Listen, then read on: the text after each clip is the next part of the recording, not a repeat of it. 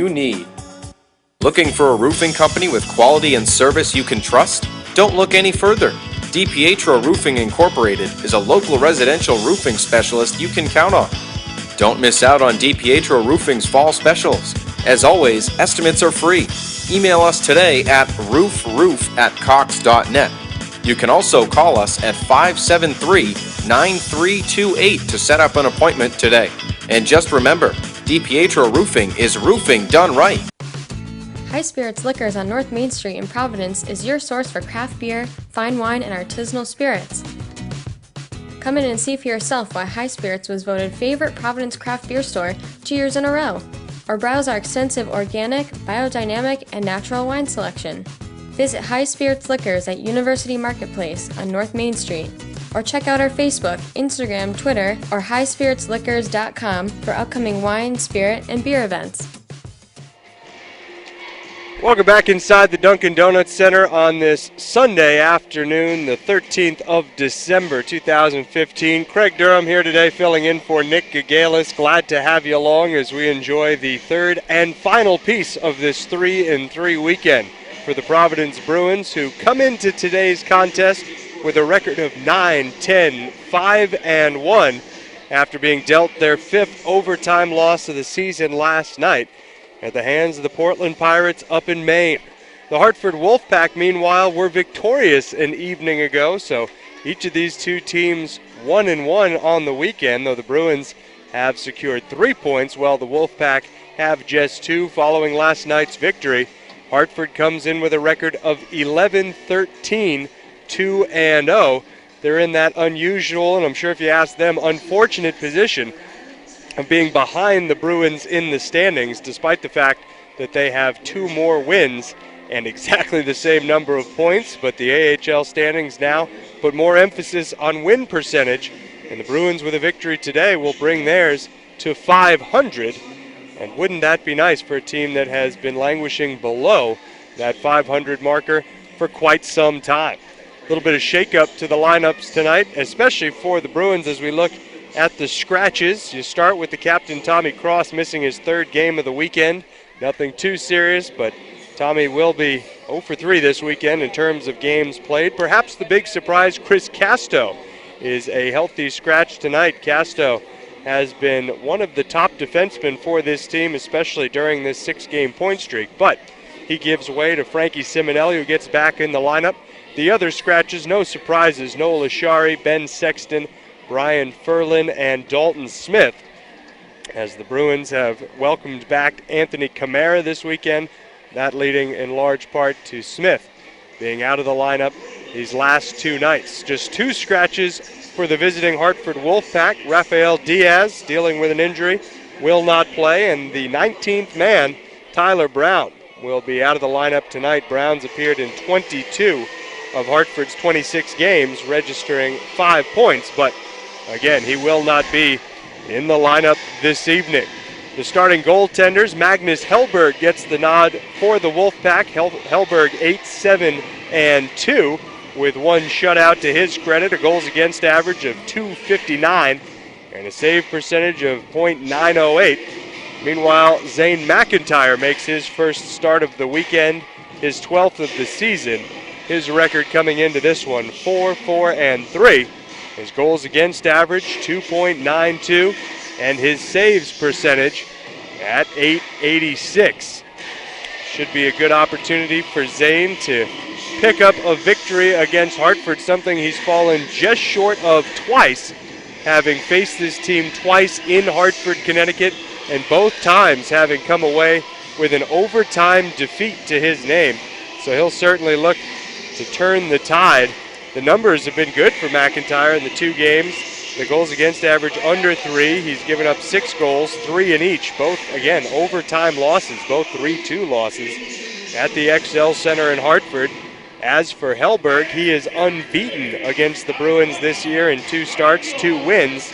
A goals against average of .196 and a saves percentage of .927. So Hellberg and McIntyre square off for the 3rd time, and we await to see what type of offensive attack the Bruins can mount didn't manage to get their 3 goals last night, something Bruce Cassidy really likes to stress. The head coach of this team wants his team to strive for 3 goals every night. They managed 2 last night in an overtime game that was decided with a 10th of a second left. Yes, a buzzer beater last night in Portland. Had a chance to chat with Bruce before today's game, as we're just about 5 minutes away from puck drop, so we'll leave you with the coach's comments, take a short commercial break, and then come back with the opening face-off on this Sunday afternoon. Stick around, it's all coming right up here on the Providence Bruins Broadcast Network.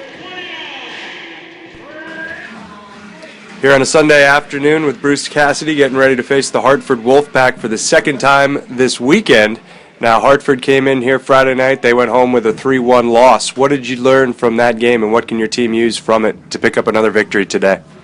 Well, I thought we were fortunate at times that the game could have went either way, and we had a couple of those up in their building that they won. So I thought Malcolm was good, made the saves when we needed them, and we came through with the plays we needed to make, including our power play late to extend the lead, and our penalty kill to not allow them to get back in the game. So, our special teams were good, but again, we're going to have to manage the puck a little better. They had some opportunities on 2-on-2s and some fast breaks that with their top line doing a good job with their foot speed, so we have to be mindful of that. But we also realize they've had some trouble scoring lately, so we've got to really manage the puck and make them earn their opportunities, not give them any freebies. Last night was a pretty hotly contested game. It stayed tight all the way to the end. What did you like about your team's effort coming back from 1-goal deficits a couple of times to force overtime? Well, that's not easy on the road, so I'm proud of the group for being able to do that, to hang in there, and we were 1 second away from getting a chance in the shootout. But having said that, we had our looks in overtime.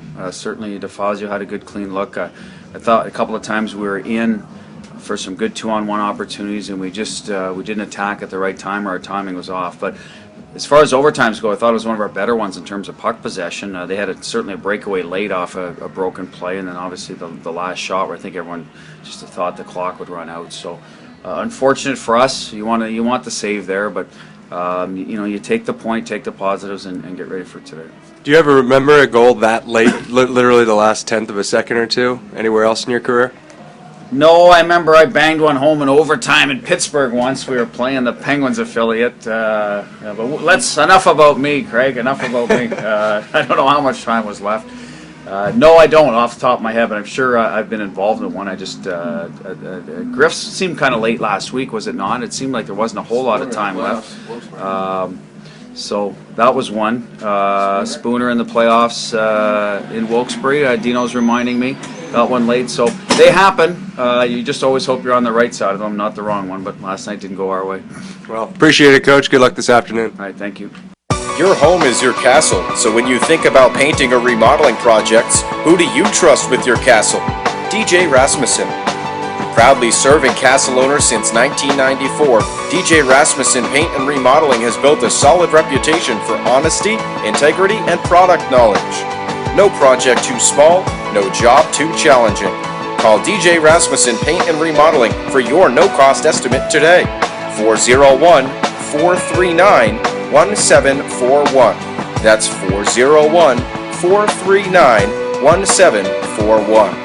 Pain is an obstacle in all of our lives, and Ellsworth Massage Therapy and Associates is there to make it easier. Specializing in rehabilitation massage, neuromuscular deep tissue and sports-specific massages, as well as relaxation therapeutic massage for medical and chronic stress, including oncology, Parkinson's, MS, arthritis, and many more.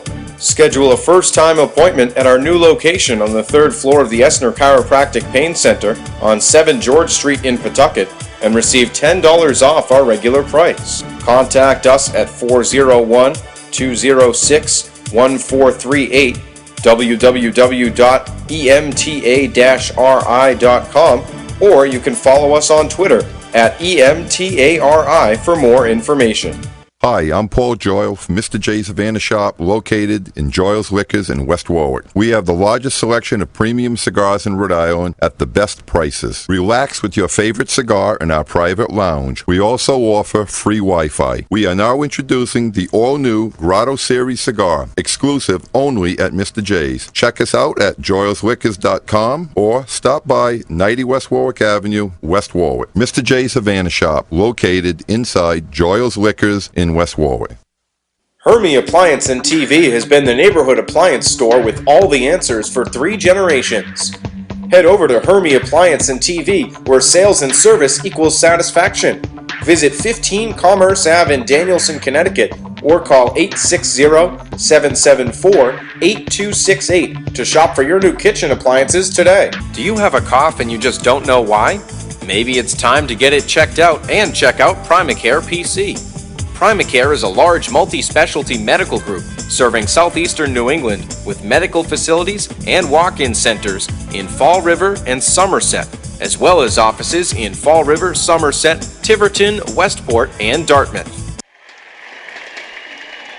We welcome you back to the Dunkin' Donuts Center on this Sunday afternoon as we are ready for the third piece of our 3-in-3 weekend. Craig Durham in for Nick Gagalis, and so glad that you've chosen to spend some of your Sunday afternoon with me here as we take a look at the starting lineups for both the visiting Hartford Wolfpack and the Providence Bruins.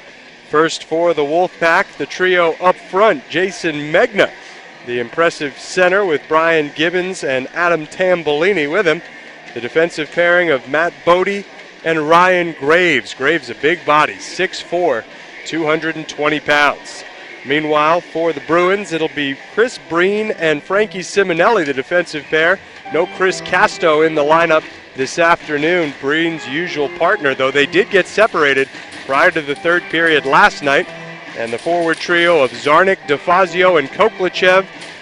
Zarnik's in the circle, as is Megna, who wins it back to his defenseman. We're underway. The Wolfpack attacking left to right.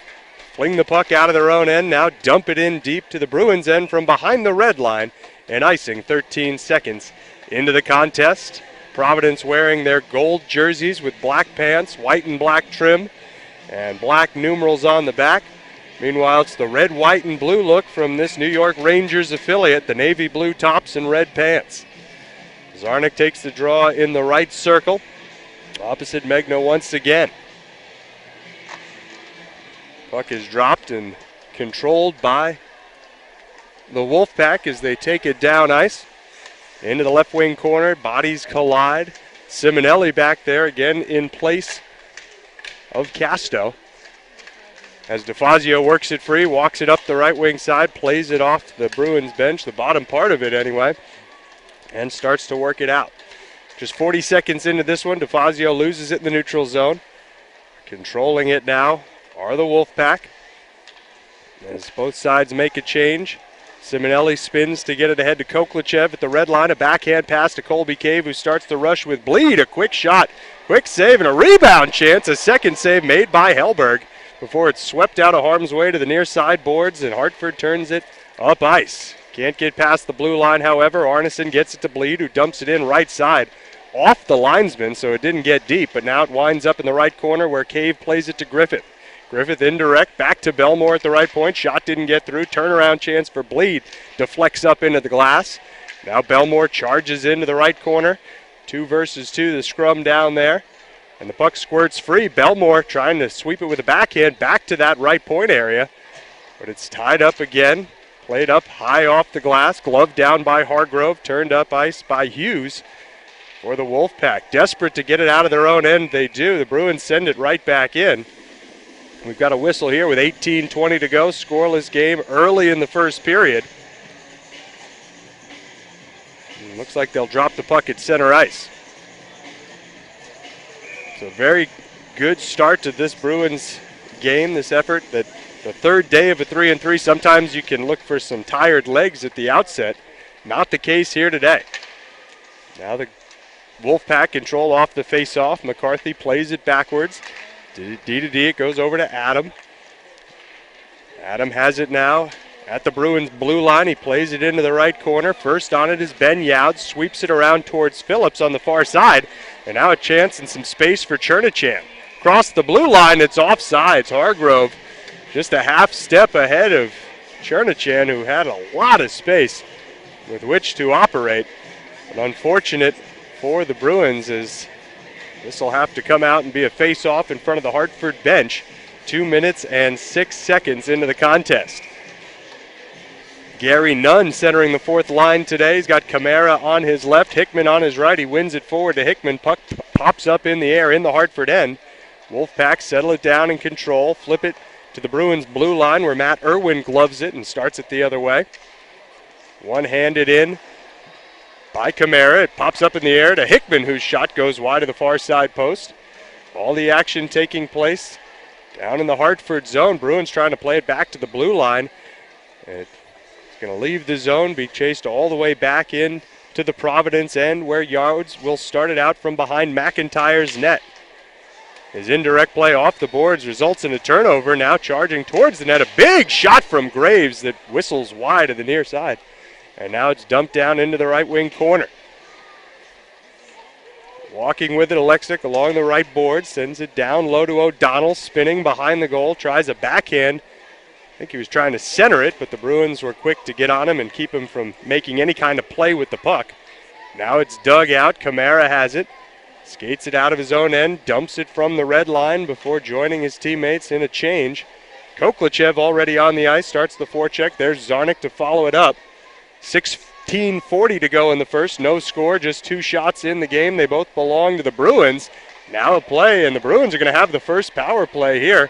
DeFazio gets it back to Breen, who goes far side to Koklachev, spins, gets it towards the net, where it's touched by the Wolfpack and sets up the first face-off, or the first power play of the day.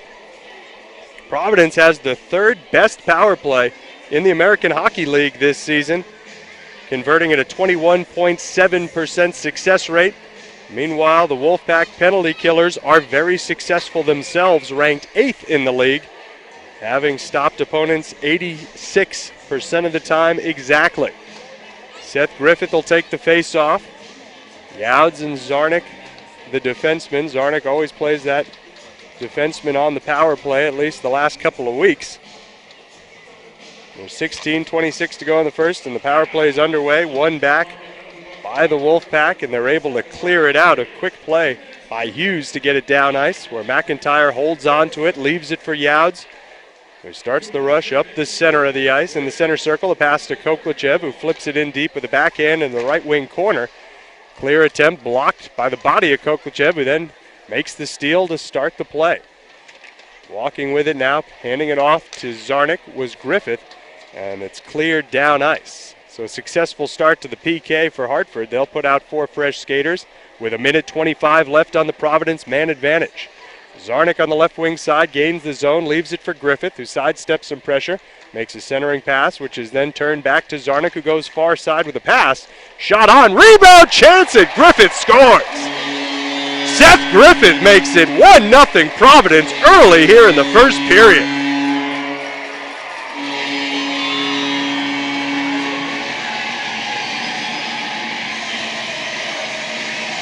Magnus Hellberg's already had a little trouble with rebound control here this afternoon, and the shot that came from the right wing half boards was one he probably could have held on to. Instead, he deflected it to the near side, where Griffith was all too happy to put it into that wide open half of a goal. A very important early lead for the Bruins. After the strong start, they capitalized with the power play tally. 15:36 to go in the first. Chernichan wins the ensuing faceoff. Back to Belmore, who got it to the Hartford line, but no further. Bruins continuing to carry the play. Chernichan sends it in on the left side. Phillips hammers one towards the net, bounces off the outside of the goal, and play is stopped. We may have a penalty call. Oh, we've got an injured Hartford player just now struggling to his feet. Looks to be Anderson. This is a banged up Hartford team. Brought just 19 skaters today. There's even whispers they might be playing down a man today. Well, those whispers may get a little bit louder here as Anderson remains down in the tabletop position on all fours right up against the near side boards. As he's helped to his feet and will skate towards his own bench, largely on his own power, but he's got help on either side. Certainly a tough break for Hartford, less than 5 minutes into the hockey game. And Anderson wanted to go back to the bench. He's instead going to be steered towards the tunnel. And the Let's Go Bruins chant picks up among the pretty lively Sunday afternoon crowd. Chernachan in the right circle will stay on, take the face off, and after winning it initially to Hargrove, it's Brady Shea who walks it around behind his own goal, makes a backhand breakout pass, and Hartford dumps it in down in the right wing corner. Belmore first on it, sweeps it around far side. Phillips got a stick on it, but he was in his own end, so that'll be icing as it crosses the goal line, parallel to Magnus Hellberg's goal. 1-0 Providence. Seth Griffith with his team-high 8th of the season. Now 17 points for Seth. Face-off comes in the left circle in the Providence end. Adam Tambellini will take it against Chernachan. Puck is, well, it's going to be held onto. The sticks went down. The puck stayed up. Both Tambellini and Chernachan will be given another opportunity to cooperate. Andrew wins it back into the right corner for Belmore. Walks it behind the goal, creates some space, makes the pass to Arneson up ahead. Now it's back to Belmore, being hounded from the backside by Gibbons. Able to get it out of the zone. Chernachan from the red line forces it into the right corner deep. Phillips on with the forecheck as the rest of the Bruins change. Now it's on the near side in the Hartford end. Playing it back is Megna. Hartford hemmed in, trying to find a way out, and they do off a skate. Down behind McIntyre, comes out to play it to the near side corner. Puck bounces free to Bleed, who makes the pass to Cave, and now starts a rush with Griffith. Anton Bleed, left wing circle, fires one that deflects off a stick up over the crossbar. Stays on the puck, now on the right wing boards, down to Griffith in the corner. Plays it back to the point to Simonelli, whose one-timer is deflected wide. Cave has it behind the goal, gets it over to Griffith on the right wing side, skates it back towards the top of the slot, now makes a pass to Bleed, comes back towards Simonelli on the left side, but the defenseman had to go back to the red line to fire it in deep. Partial change for Providence, 13:50 to go here in period number 1, 1-0 the score. Bruins with the game's only goal, Hartford with the puck, and they fan trying to break it out of their own end. Setting up a play is Camara. Dangling, shooting, and there to make the save is Hellberg. Pretty nice opportunity there at the end of a long shift for Griffith. We'll go to our first time out of the first period. Providence out in front by a score of 1-0. Hey, Rhode Island, it's time for you to finally redo that outdated kitchen and to finish that nagging basement. Atlas Home Improvement can help with all of your home improvement needs. We specialize in kitchen and bathroom remodeling, attic and basement finishing, and even floors, doors, and window installation. Give us a call at 401-447-0397 for a free home estimate. Together with Atlas Home Improvement, you can create the home of your dreams. It's time for Glistening Skin. Glistening Goddesses specializes in custom spray tanning, facials, and waxing, and offers the ultimate spray tanning experience. The safe, healthy, and sexy alternative to UV, indoor, or outdoor tanning, spray tanning will keep your tan and your skin healthy, wrinkle-free, and cancer-free. Our solution is custom matched to your skin tone by an experienced spray tan specialist, and all tans are backed with a no orange guarantee. It's time you look like the glistening goddess that you are.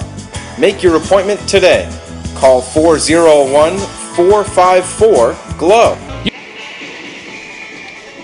Back inside the Dunkin' Donuts Center on this Sunday afternoon. 13:35 to play in the first period. Providence with a 1-0 lead over Hartford, and an attacking zone face-off for the Bruins in the right circle.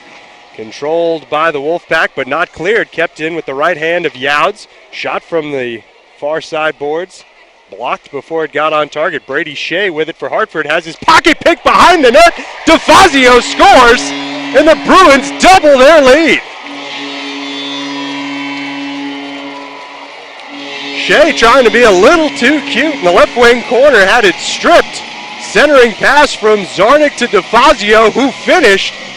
What a start for Providence here today.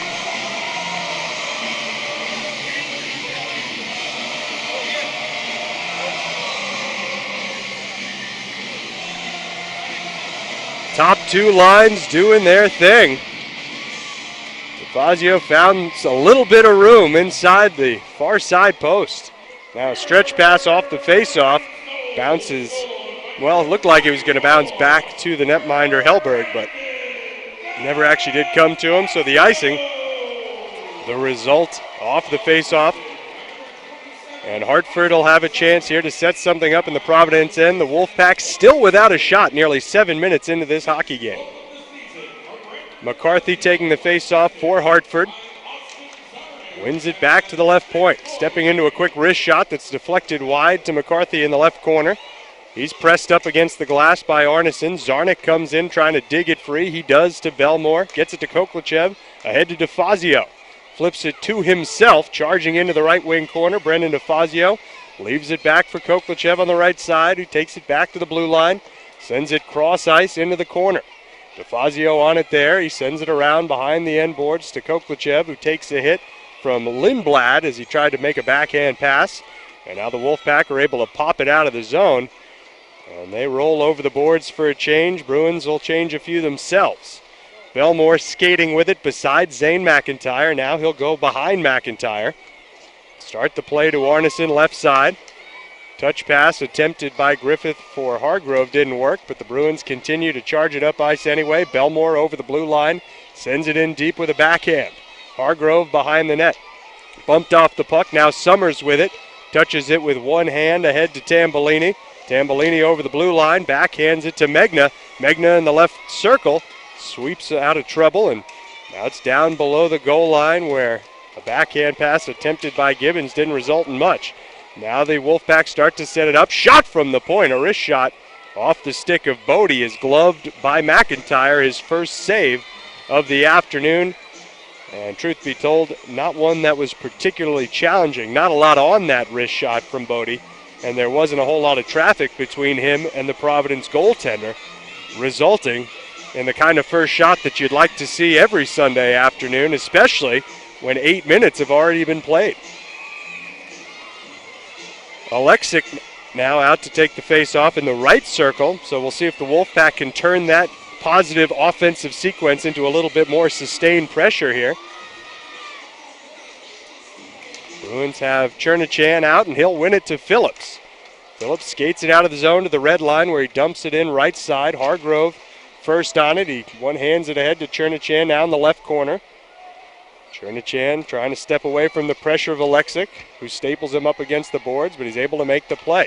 Youds on the right side, comes Irwin left, back to Youds, who winds up for a slap shot that disappears into the glove of Hellberg, who holds on for a face-off. With 11:28 to go, Bruins leading 2-0 here in the first.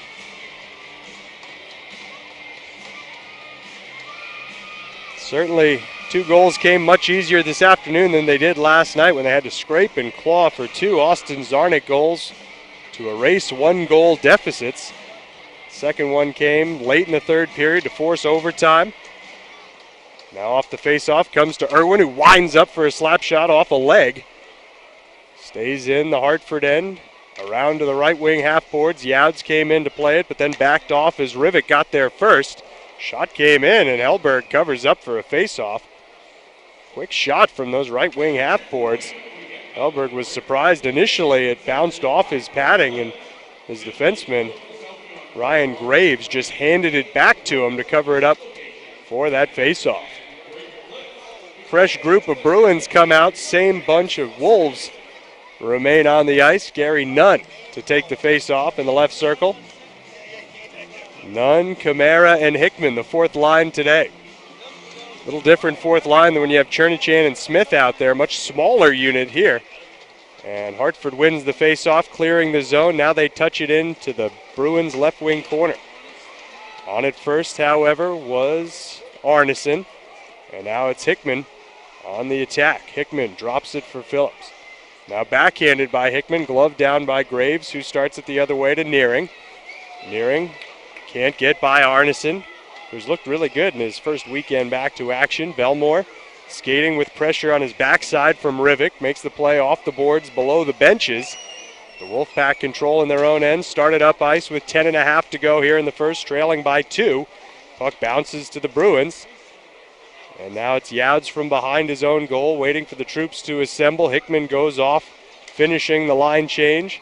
Kamara actually still out there, so it's not quite a complete change. Chernichan sends it in deep. Magnus Hellberg out to play it. Nearly gives it away.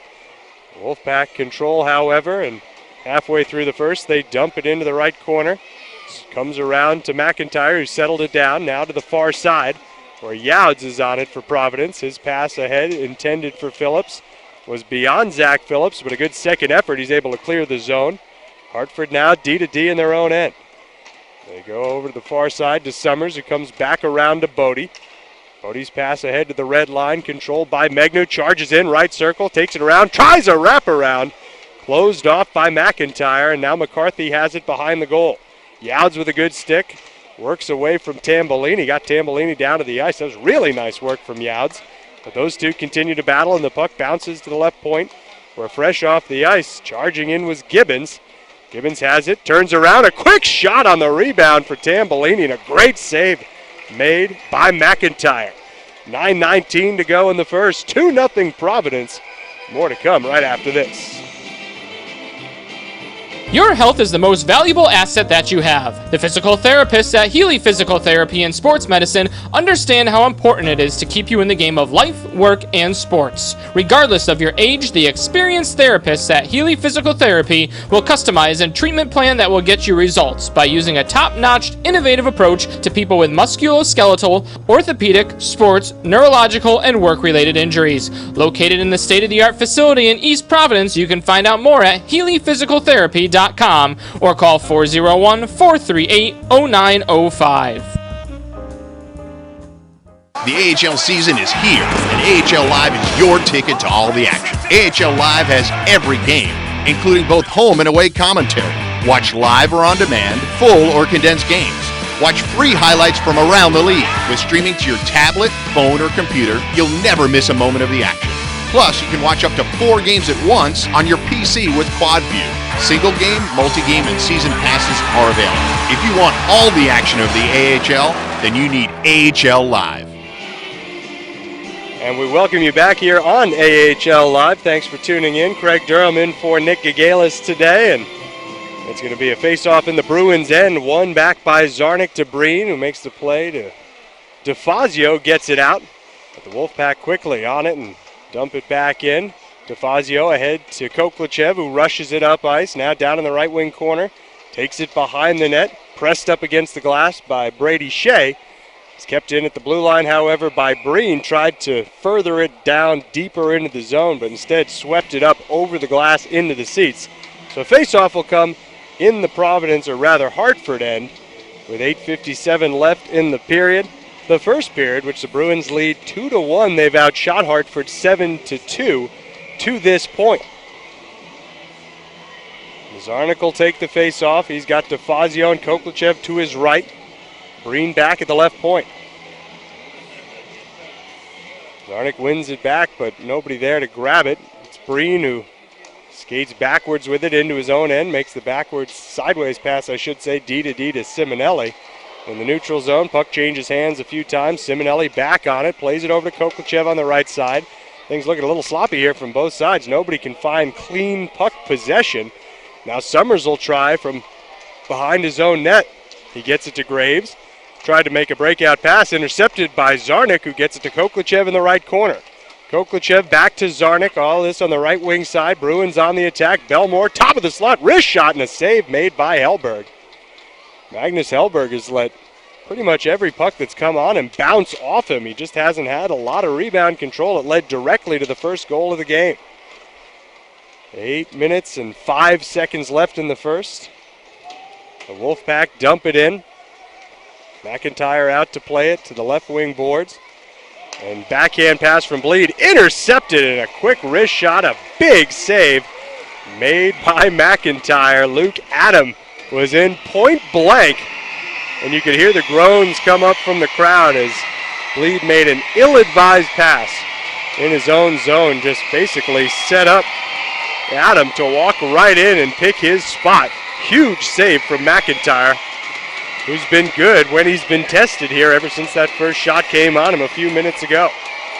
Now McCarthy wins the face-off in the Bruins' end.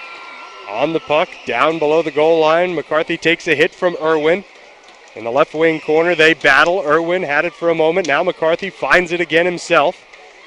McCarthy has it taken away by Colby Cave, who starts it up to Griffith, who can't clear.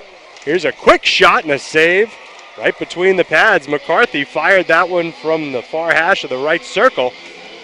And a great save made by McIntyre once again, who appears to be in complete command of this one.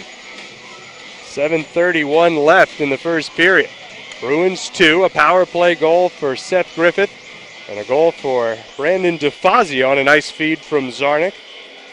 Hartford nothing so far. It was a 3-1 victory for Providence when these two teams met on Friday night in this same building. Chernichan and Alexic.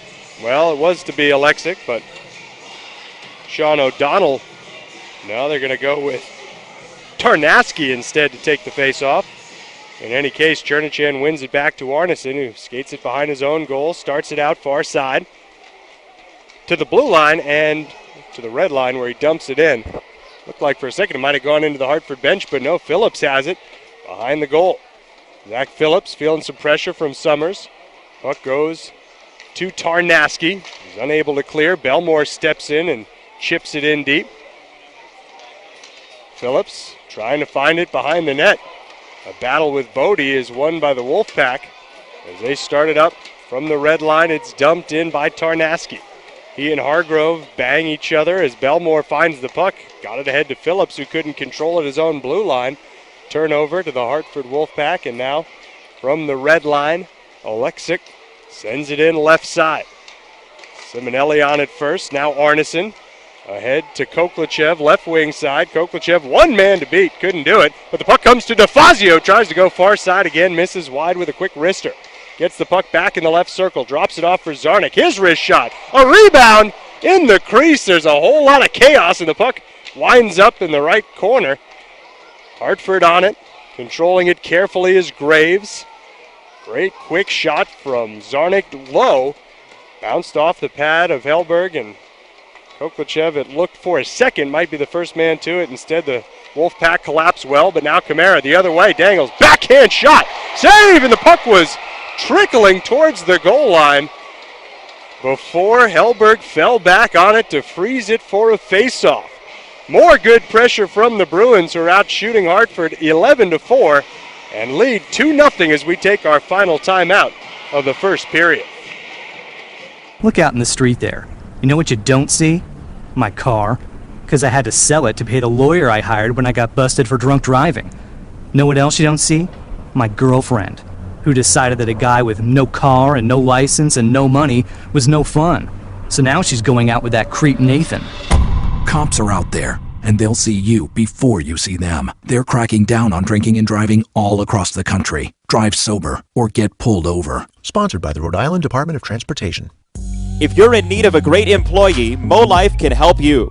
For over 11 years, MoLife's been making sure that people with disabilities have the opportunities to achieve their highest potential. MoLife offers a variety of supports, including career opportunities, community membership, scholarships to local students, rehabilitation counseling, and food pantry services. If you have a job need, please contact MoLife at 508-992-5978 or by email at molife@aol.com.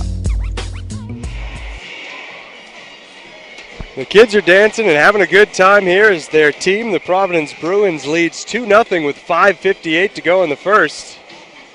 Right wing circle face-off in the Hartford end. Seth Griffith to take it for the Bruins. He wins it back to Bleed, who gives it to Youds on the right point, sends it down low. Griffith has it now in the left corner, walks it out to the half boards, and then gives it to Irwin, top of the slot. His shot was going well wide of the goal, but Hellberg decided to grab it and hold on to it anyway. So we'll have another face-off just 11 seconds after the last one. And All it took was 11 seconds for the Bruins to generate another offensive opportunity. Now they'll have Cave take the face-off in the left wing circle. Colby Cave wins it back. Griffith holds on to it on the left wing boards. His centering feed went off a leg and comes the other way for Hartford. It's Ryan Bork. Haven't had a chance to say his name at all. Bork led the rush. Now Bork has it behind the goal of McIntyre. He's pressed up against the glass, held there by Griffith. Puck squirts to Youds. Youds with a pass, cross ice to Bleed, who let it go off the boards instead to Irwin. Firing it in from the red line. It's down in the left wing corner, the Hartford end. Griffith couldn't get to it first. Bork is on it, but Colby Cave takes it away from Ryan Bork. Tries to spin it back to Youds at the point. It's stolen here by Bleed, who fires a shot over the crossbar. Now in that right corner again, it's lofted out of the zone by Hartford. That'll go for an icing with 4:57 left in the first. The Wolfpack just hanging on for dear life here in the first period. Really doesn't look as if they've ever gotten their legs fully underneath them, but for maybe a couple minutes after the Bruins' second goal, when they applied just a little bit of sustained pressure on McIntyre. It's been an all Bruins affair here through the first 15 minutes and 3 seconds. Fourth line out for Providence. Nunn will take the face-off. It's won back, however, by Chad Nearing. Nunn steals it behind the goal line, however. He's worked off the puck by Chris Summers. Far side, Hartford trying to clear. And they do. It was sent down ice by Rivik, but that's another icing. If this is the way Hartford looks in the first period, you wonder what they'll have left come period number 3, especially if the Bruins continue to apply the pressure the way they have been all day long. Already bringing back memories to last Sunday when Providence blew Springfield out of the building 6-1. That was a huge second period from the Bruins. Here they're doing it in the first. Off the face-off, however, Hartford controls carefully. They get it through the neutral zone. That's Rivik, 1-on-2 in the corner, in the left corner. Bruins trying to find the puck. They do. The Wolfpack were changing behind Rivik. Now behind the goal, a backhand pass finds Belmore, who gets it out of the zone, though he doesn't connect cleanly with Hickman. From the red line, dumped into the right wing corner by Hartford. Down low, trying to play it is Lindblad, but he's bumped by Belmore, who starts it up ice again. Gary Nunn clears the zone only to the red line, and it's brought back in by Adam. Turned over to Arneson. Adam can't stand up at the right point to keep it in, but Graves started the play that gets it back in for Hartford, but it's an icing. With 3:57 left here in this first period, the shots reading 12-4 in favor of Providence. 2-0 hockey game. Griffith and DeFazio. Chernichan out there with Hargrove and Phillips. Third line for the Bruins. Jason Megna to take the face-off for Hartford. It's won by the Bruins. Back to Youds. Takes it into the right corner. Now comes to the left corner. Bouncing puck. On it is Chernichan. Backhands a pass intended for Phillips. Intercepted by Graves, who clears the zone. No icing. This one comes all the way down into the right wing corner of the Providence end. Youds is on it. Doesn't break stride and starting it up ice to the red line. He dumps it in on goal. Hellberg's going to hold on for a faceoff. It's like every opportunity he has to cleanly field a puck, he's taken that opportunity to hold on to it. And again, that's been the theme, it seems, for Hartford here in the early going, just playing like they're holding on for dear life. Not a lot of life that you're seeing from this team, which has been hampered by injuries. They don't carry a lot of extra skaters. Already they've lost a man in the defenseman, Callie Anderson. If they win the important face-off in their own zone, trying to work it out near side. Down in the left wing corner, DeFazio and Kokochev making it difficult.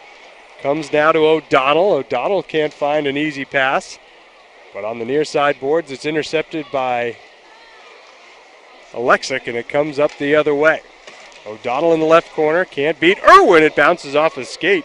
Just a harmless pass that wound up deflecting right on McIntyre, and as this one pops up in the air, McIntyre holds on to it.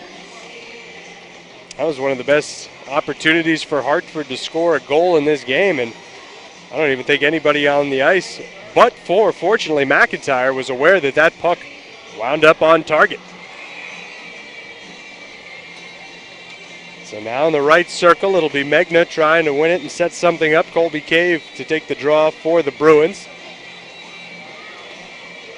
It's one back into the corner. Simonelli on it there. Reverse direction, ran into Tambellini, so he'll continue out the far side, but he can't get past Brady Shea at the red line. Shea and Bodie go back and forth, skating backwards into their own end. Now a loose puck in front of the Providence bench. And we're going to have a Providence penalty here, though Simonelli wound up on the ice. Tambellini was seconds ago contending that Simonelli had him tied up. Well, I suppose he pled his case in a rather convincing way, because though Simonelli looked like he had a stick underneath him when he went down, he will go to the box. Hartford on the power play with 2:38 to go here in the first. Bruins PK did allow a goal last night. They ranked 10th in the league, 85.5% kill rate. The Hartford power play has not been good. They ranked 29th out of 30th in the American Hockey League, converting just 10.6% of the time. Strong penalty kill here to end the first period would be exactly what the Bruins would like to have to put the finishing touches on what's been a really strong period. And there, Youds is able to clear with a little bit of help from Bodie, who couldn't keep it in at the left point. But now Hartford's back in quickly. It's Gibbons, wheeling and dealing, gets it to Megna. Megna holds in the right corner, gives it back to Tambellini. Goes back to the point. Now Tambellini has it again. Top of the right circle, a shot that went wide and a little bit high. Now it's back to Bodie at the left point. He gives it to Megna at the left wing half boards. Holding. Bruins have the middle all clogged up, but they find a way to get it through. Tambellini tried another centering pass. McIntyre was without his stick, and as DeFazio skates it out of the zone, dumps it in from the red line, McIntyre is able to grab his paddle. So a really neat pass from Tambellini. Fortunate for Providence, it didn't connect. Minute 10 to go on this Hartford man advantage. Minute 45 to go in the first period. Bruins leading 2-0. Hartford having trouble setting it up, and now a good steal by Bleed is he's going to be whistled. Looked like a pretty clean play. Anton Bleed for slashing. Ooh, tough one to take if you're the Bruins. Hartford was fumbling around with the puck in their own end, then in the neutral zone. Bleed came in, made a strong play with the stick. Looked, at least from up here, to be a relatively clean play. And now a huge opportunity for Hartford. And they know just how important it is. They call a timeout before this 5-on-3 advantage for a full minute 2, unless they're able to score. Wow. Just when it looked like Anton Bleed was going to have a shorthanded break-in, it was almost a delayed reaction in blowing the whistle on him, too. He possessed the puck for a couple of seconds before that penalty was called. So we'll see what Hartford comes up with, and looks as if the Bruins are going to look to Griffith, Breen, and Belmore as the trio to try and preserve this 2-goal lead. Megna will be out there along with Tambellini and Bodie. Joining that trio, McCarthy and Gibbons. Face-off coming in the left circle. Will be a big one for Griffith if he can win it. Well, after a false start, they'll do it again here. Still a minute 39 in the period. Griffith wins it, and Belmore clears it down ice.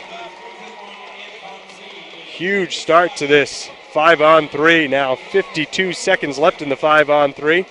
Across the red line. Pass is made from Megna to the left side to Tambellini. Tambellini. Now it comes to Bodie, top of the right circle, he holds. Now he walks it in a little closer, gives it to Tambellini, who skates it back to the same spot. From the dot, a shot, and a glove save made by McIntyre, though he wasn't able to squeeze. Puck in the right wing corner. 2 versus 2, the battle down there. Belmore and Breen trying to dig it out, finding a way to clear. Now it's 4-on-2. Hartford has the bodies, and they have the puck. Back to Megna at the right wing boards. He touches it with one hand, back to Bodie at the point. Bodie at the left point. walks it into the top of the circle, winds up, fakes a slap shot, looks for the pass back. Now he gets it to Megna, who fires a wrister that's deflected high over the crossbar with 45 seconds left in the period. 5 seconds left in the 5-on-3. Bodie holds, gets it to Megna. Megna holds, back to Bodie, winds up, doesn't shoot. And now out of the box, Simonelli backhands it down the length of the ice. 30 seconds to go in the period. Still 2-0 Bruins. Still 48 seconds of power play time for Hartford. As through the neutral zone, Megna gains the attacking zone with a backhand. Gibbons, the centering pass, intercepted by Zarnik, who backhands it out. Just 12 seconds to go in the first. Brady Shea pressured by DeFazio. Very active stick for DeFazio. Now they're down behind Hellberg's goal. 3 seconds left at the red line. 1 second left, and that'll do it for the first period. Hartford with the 5-on-3 late, unable to chip away at this Bruins lead, which stands at 2-0, thanks to a power play goal from Seth Griffith and a goal from Brandon DeFazio shortly thereafter. Shots in the first, 12-8 in favor of Providence. They do indeed finish the period with a very strong penalty kill. We'll be back with the first intermission report where we look at scores around the AHL, take a look at tonight's action in the NHL, and get you some numbers from the first period in this one. A really strong first period for Providence as they exit the ice with a 2-goal advantage. AP Bruins fans, if you're a country music listener, or maybe just like to get on your motorcycle and ride, then you should check out Snake Hill Trading Post. At Snake Hill Trading Post, they've got the area's widest selection of cowboy hats, cowboy boots, and western wear. Plus, Snake Hill Trading Post carries an array of leather jackets, biker chaps, and accessories for anyone who's born to be wild. So stop by Snake Hill Trading Post today in the Village Plaza Shopping Center, Route 44 in Smithfield, Rhode Island. And don't forget to say hey to Sid the Snake! Advanced Eye Care Associates are the official eye care provider of your Providence Bruins. Advanced Eye Care Associates was founded in downtown Providence in 1927 with a commitment to providing the highest quality care for patients, and they continue that commitment today. They provide comprehensive eye care from routine examinations for glasses or contact lenses to highly specialized procedures for eye conditions such as glaucoma. Their 80-year history is a testament to the success they have had in caring for patients. They are happy to see any patient for any eye-related issue. And everyone is welcome to stop in and browse the extensive selection of eyeglass frames and sunwear. Most health plans are accepted and they offer evening and weekend hours. The office is conveniently located just off the Branch Ave exit of 195 at 780 North Main Street in Providence. Advanced Eye Care Associates, the official eye care provider of your Providence Bruins. Call them today at 331-2020. Thinking about buying a home or refinancing your current mortgage? At Pawtucket Credit Union, you get more mortgage options. We offer 100% financing, local decisions, and local servicing. Save thousands in closing costs with no hidden or junk fees. Plus, you get fast loan approval and local loan originators who come to you.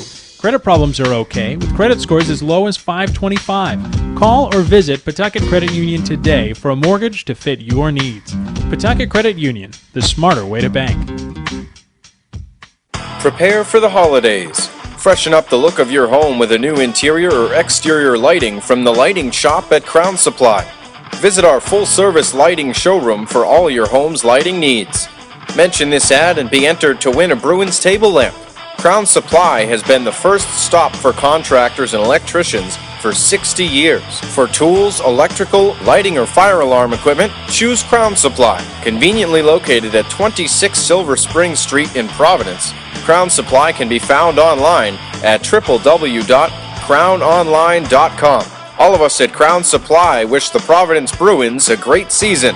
After, I'm painting and not in pain.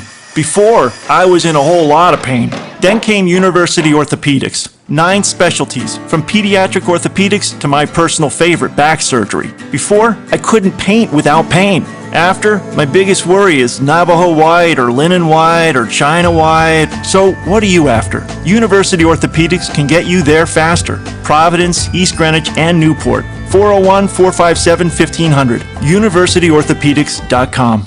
Sullivan Tire and Auto Service is ringing in the holiday season with an amazing tire event. Now through December 15th, we're announcing a giant company-wide sale on every tire in the inventory. That's right, every tire is now on sale. Every brand, every size, for every vehicle. Save big on quality road gripping tires from all the famous names, such as BF Goodrich All-Terrain TAKO2 and many more. Sale ends December 15th. Visit sullivantire.com/60 years or call 877-592-TIRE. Peace of mind driving? You deserve it. We provide it. Could your parking lot be cleaner? Ready for that spring cleanup? Don't stress. Call Express. Express Sweeping uses the latest in vacuum sweeper technology to assure the finest results possible. Whether construction site cleanup, road sweeping, or regular maintenance sweeping, Express Sweeping services anywhere in southern New England. Call today for a free evaluation and estimate. 401-523-6116 or expresssweeping.com. That's the letter X, presssweeping.com. Express Sweeping. Sweeping America beautiful. 401-523-6116. Would you like to have a state-of-the-art home theater in your house? Of course you would. The common problem is, who has the money to do so? With Ultimate Home Theater, you do. Our prices are extremely affordable and can't be beat. We specialize in the latest technology, such as PC integration, as well as distribution of digital media throughout your home. Our specialized contractors and technicians will create a custom theater specifically for your home. Unlike the competition, we promise to deliver your future home theater simplified. If you aren't happy, we aren't either, which is why we offer a 100% satisfaction guarantee. Please visit us at www.ultimatehometheaterpc.com or call 401-263-2320. Mayhem is everywhere. I'm that guy with all the bumper stickers. I'd rather be driving a golf ball, but I'm going to buy American-made products with my 5th grade honor student. And if you can read these stickers, you're driving too close. So when I brake for a dog, happens.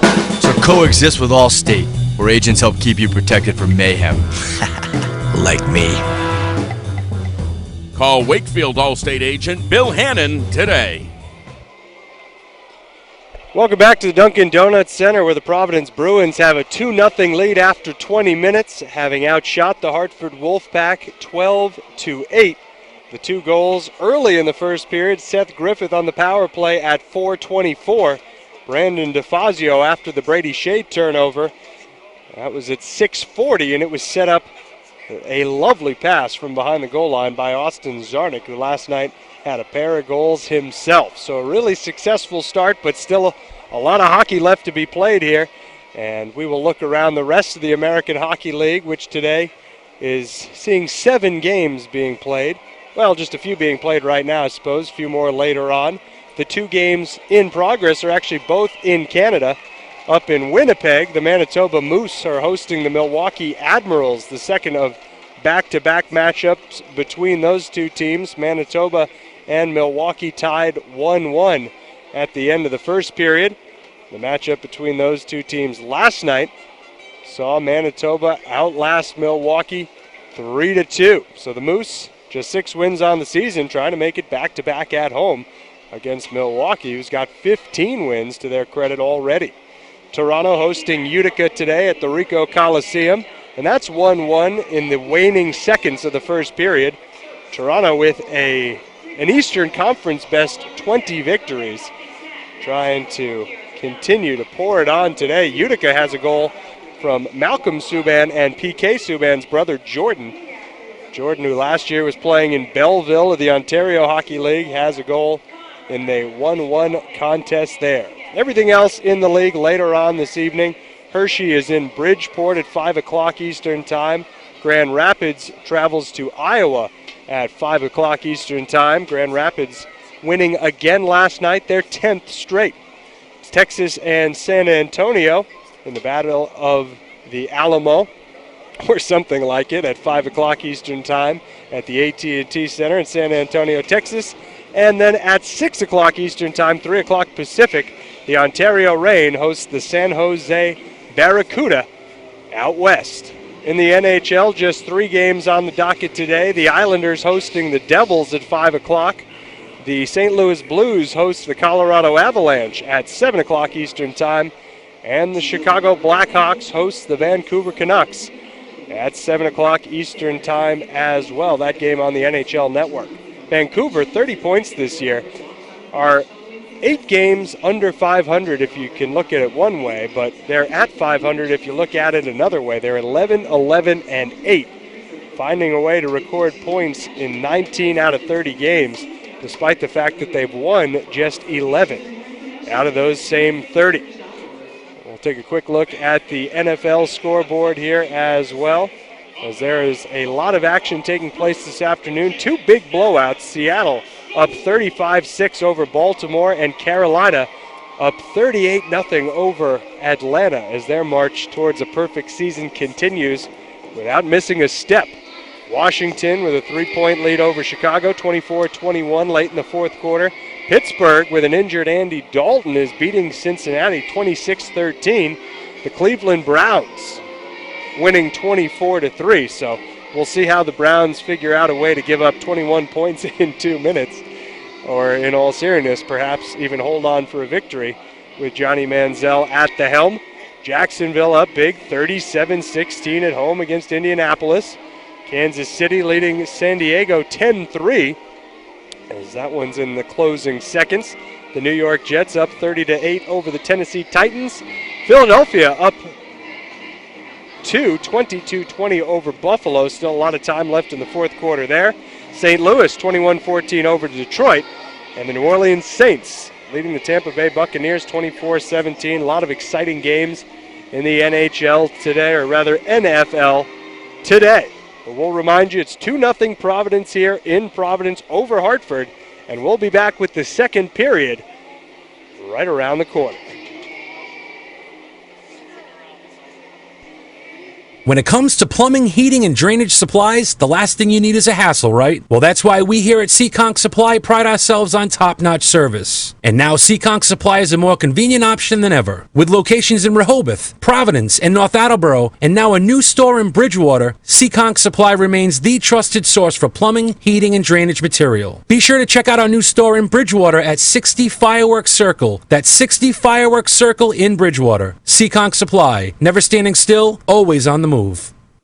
Hi, this is Paul Sullivan, and I want to tell you about something I'm very proud of, our people. We have grown from a single garage on a dead-end street in Rockland, Mass. to over 100 locations across New England. We could not have done it without our people. They are professional, passionate about what they do, and their customer service is unrivaled anywhere. Come into Sullivan Tire and experience it for yourself. See sullivantire.com. Peace of mind driving. You deserve it. We provide it. Are you delaying dental work because you don't have time for multiple visits, messy impressions, or temporaries? Or are you just uneasy about sitting in the dentist chair? Well, we're here to tell you that single visit dentistry is your answer. Thanks to CEREC Digital Technology, Dr. Mastrostefano at Advanced Cosmetic Dentistry can create beautiful, long-lasting porcelain crowns and veneers using high-quality digital dentistry in just one visit. I'm working and going to school, and there just aren't enough hours in the day. Single visit dentistry saved me time, and my insurance plan covered me. You might be covered too. So do what we did. Contact Dr. David Mastrostefano of Advanced Cosmetic Dentistry at 401-943-6311 or visit OceanStateDentist.com. After, I'm exploding to the hull with my nasty crossover. Before, my shoulder was in bad shape. Then came University Orthopedics, with 9 specialty areas, from pediatrics to shoulder surgery. Before, I was in a lot of pain. After, I could still play old man basketball at the Y and pick up my daughter without having to make the old man noise. So what are you after? University Orthopedics can get you there faster. Providence, East Greenwich, and Newport. 401-457-1500. UniversityOrthopedics.com. People's Credit Union is proud to be the trusted choice for mortgages, auto loans, and personal loans for Rhode Islanders for over 90 years. Becoming a member has never been easier. Just visit peoplescu.com to apply for a loan today or to open an account online. People's Credit Union. You belong here. Think you have to drive up to Quebec to get authentic taste in Putin? Not anymore. You can get this staple of Canada right here at Dan's Pizza Place on Route 102 in West Greenwich. Dan's Pizza Place offers food for every taste bud and every budget. Besides a wide assortment of great food, come to Dan's Place for a friendly atmosphere and weekly live entertainment. For directions or a menu, visit danspizzaplace.com. Dan's Place is your place, so come by today. Mayhem is everywhere. I'm that guy with all the bumper stickers. I'd rather be driving a golf ball, but I'm going to buy American-made products with my 5th grade honor student. And if you can read these stickers, you're driving too close. So when I brake for a dog, happens. So coexist with Allstate, where agents help keep you protected from mayhem. Like me. Call Greenville Allstate agent Bert Karabitis today. From primary care to specialized services, South Coast Health System has the care you need, close to home. Here's what Fred Basso of Jamestown said about his heart surgery at South Coast. I was taking a walk and I felt a tightness in my chest, and so I went to see my doctor. The cardiologist suggested we go forward with an angiogram at Charlton Hospital. Frankly, I'd never heard of Charlton. To my surprise, I needed quadruple bypass surgery. I did research and found that the surgeon, Dr. Fingleton, and Charlton seemed to be an optimum place to be. Got great care from the nurses there, very compassionate, knowledgeable. I always had promised myself that I would not give up excellence for convenience. So it was a comfort to know I could have both. South Coast is my choice for cardiac surgery. South Coast Health System. For health, for life, for you. Visit us online at southcoast.org. Life's tough, and I'm tough. I'm so tough, I don't care how rough my truck suspension is. But I'm also smart, so I take my truck to Palmer Spring in Providence, or Wet Spring in New Bedford, and they fix my truck so it rides smooth. That makes life a little less tough. Our people are great, our service shines. You can carry that weight a long time. Palmer Spring. Palmer Spring, brake and suspension specialists since 1849. Don't just learn history, live it at Battleship Cove in Fall River.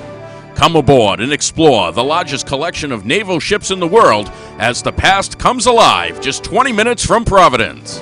Discover 6 historic ships, including the USS Massachusetts, and watch firsthand the attack on Pearl Harbor in the state-of-the-art outdoor reenactment, the Pearl Harbor Experience. Battleship Cove is a unique and compelling experience for the whole family.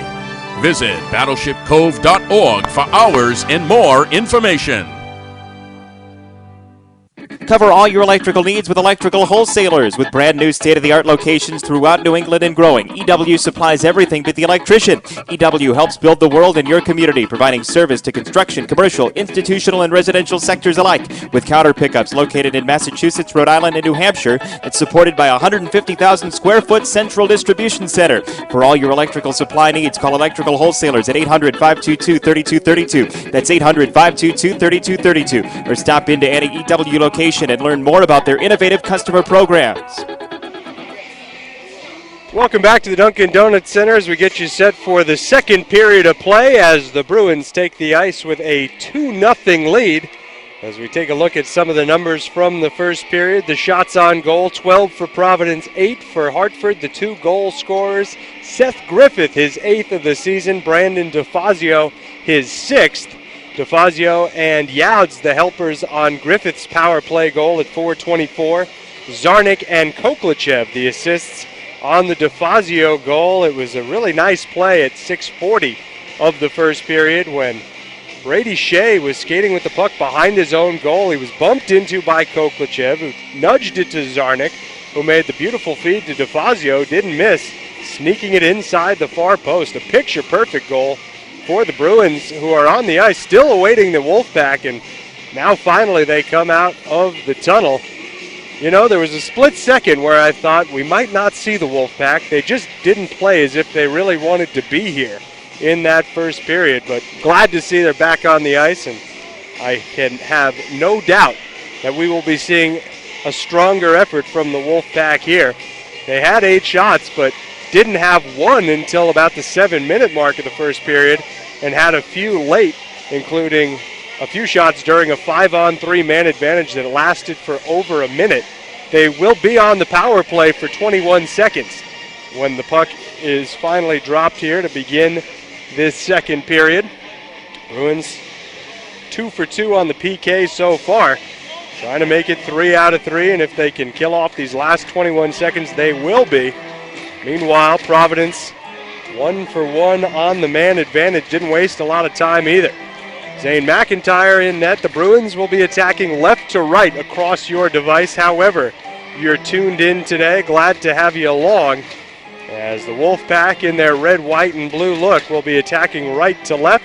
Megna and Griffith take the draw at center ice, and the Bruins control. Colby Cave skates to kill a few seconds before backhanding it in deep. Settled down by Hellberg, and now started up ice by Bodie. It's dumped into the far corner now where the Bruins get on it first. Griffith tries to sweep it out, but got rid of that one a little bit too quickly. The Wolfpack trying to set something up. Now down behind the goal line. Bruins control. We're back to even strength. And Hartford with it on the near side boards. It's popped up over the blue line and out. Charging in Bleed and Griffith. It's stopped at the blue line, however. And Graves turns it around, sending it in from the Providence line. Graves goes around to the far side, can't keep it in. Here's a rush. 2-on-1 with a trailer coming. Griffith holds. Makes the pass to Cave, whose shot is stopped. Beautiful save by Hellberg, his best of the afternoon. Cave gets it back in the right circle.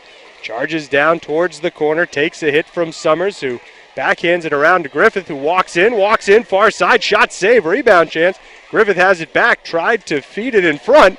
The puck in the crease. And the whistle blown as Hellberg had the near side post sealed off tight. Great pressure from Griffith, Cave, and Bleed. Really a 2-on-1 that turned into a 3-on-1 that actually didn't generate much of a chance as Griffith decided to slow things down and pick his spot.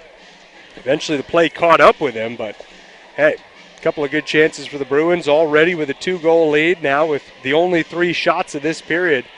Already to their credit, a minute and 13 seconds into the period. Zarnik, Koklachev, and DeFazio, the new forward trio with Simonelli and Breen.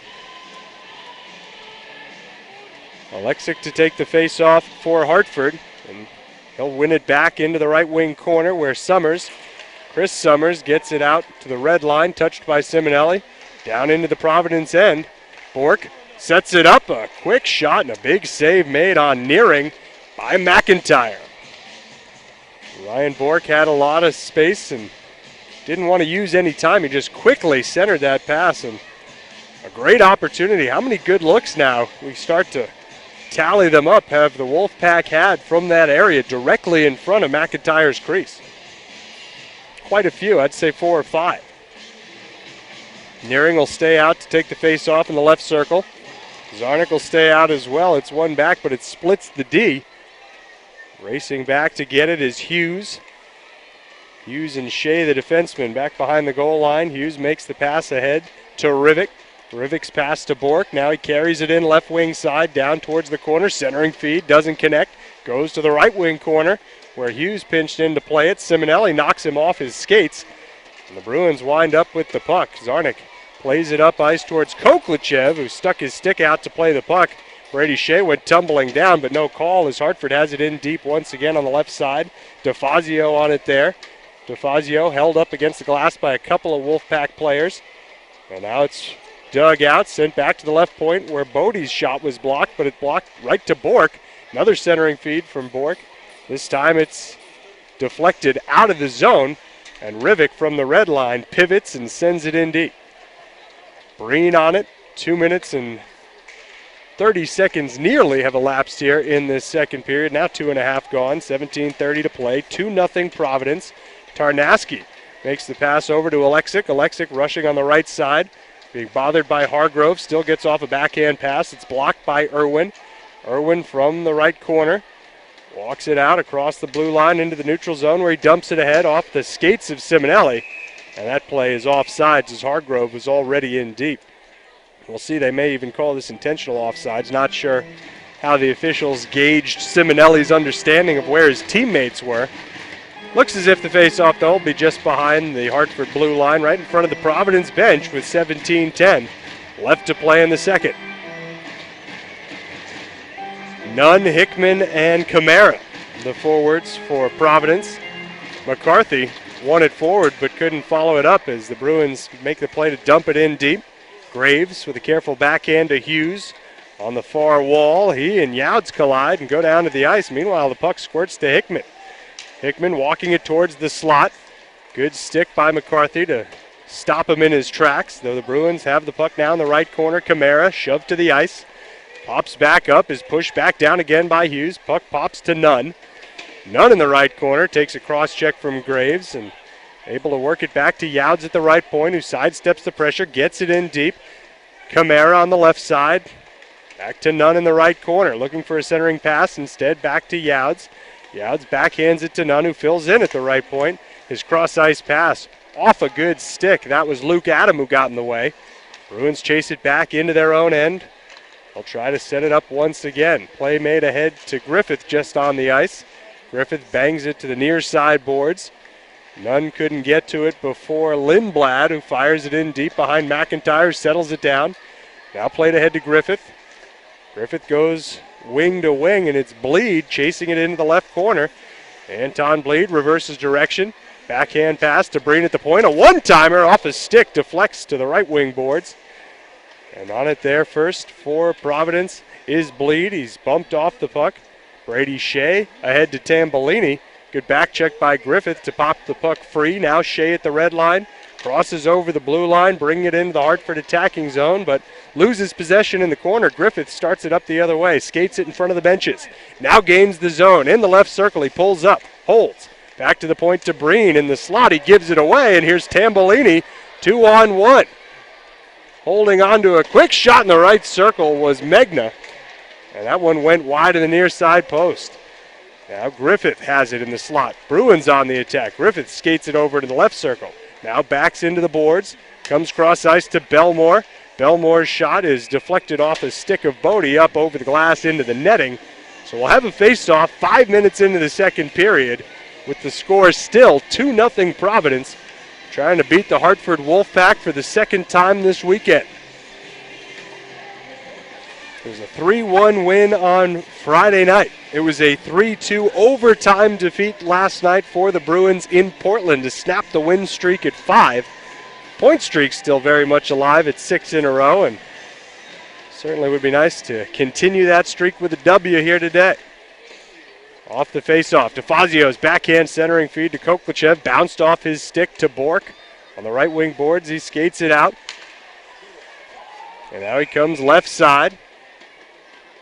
And the play is whistled for offsides.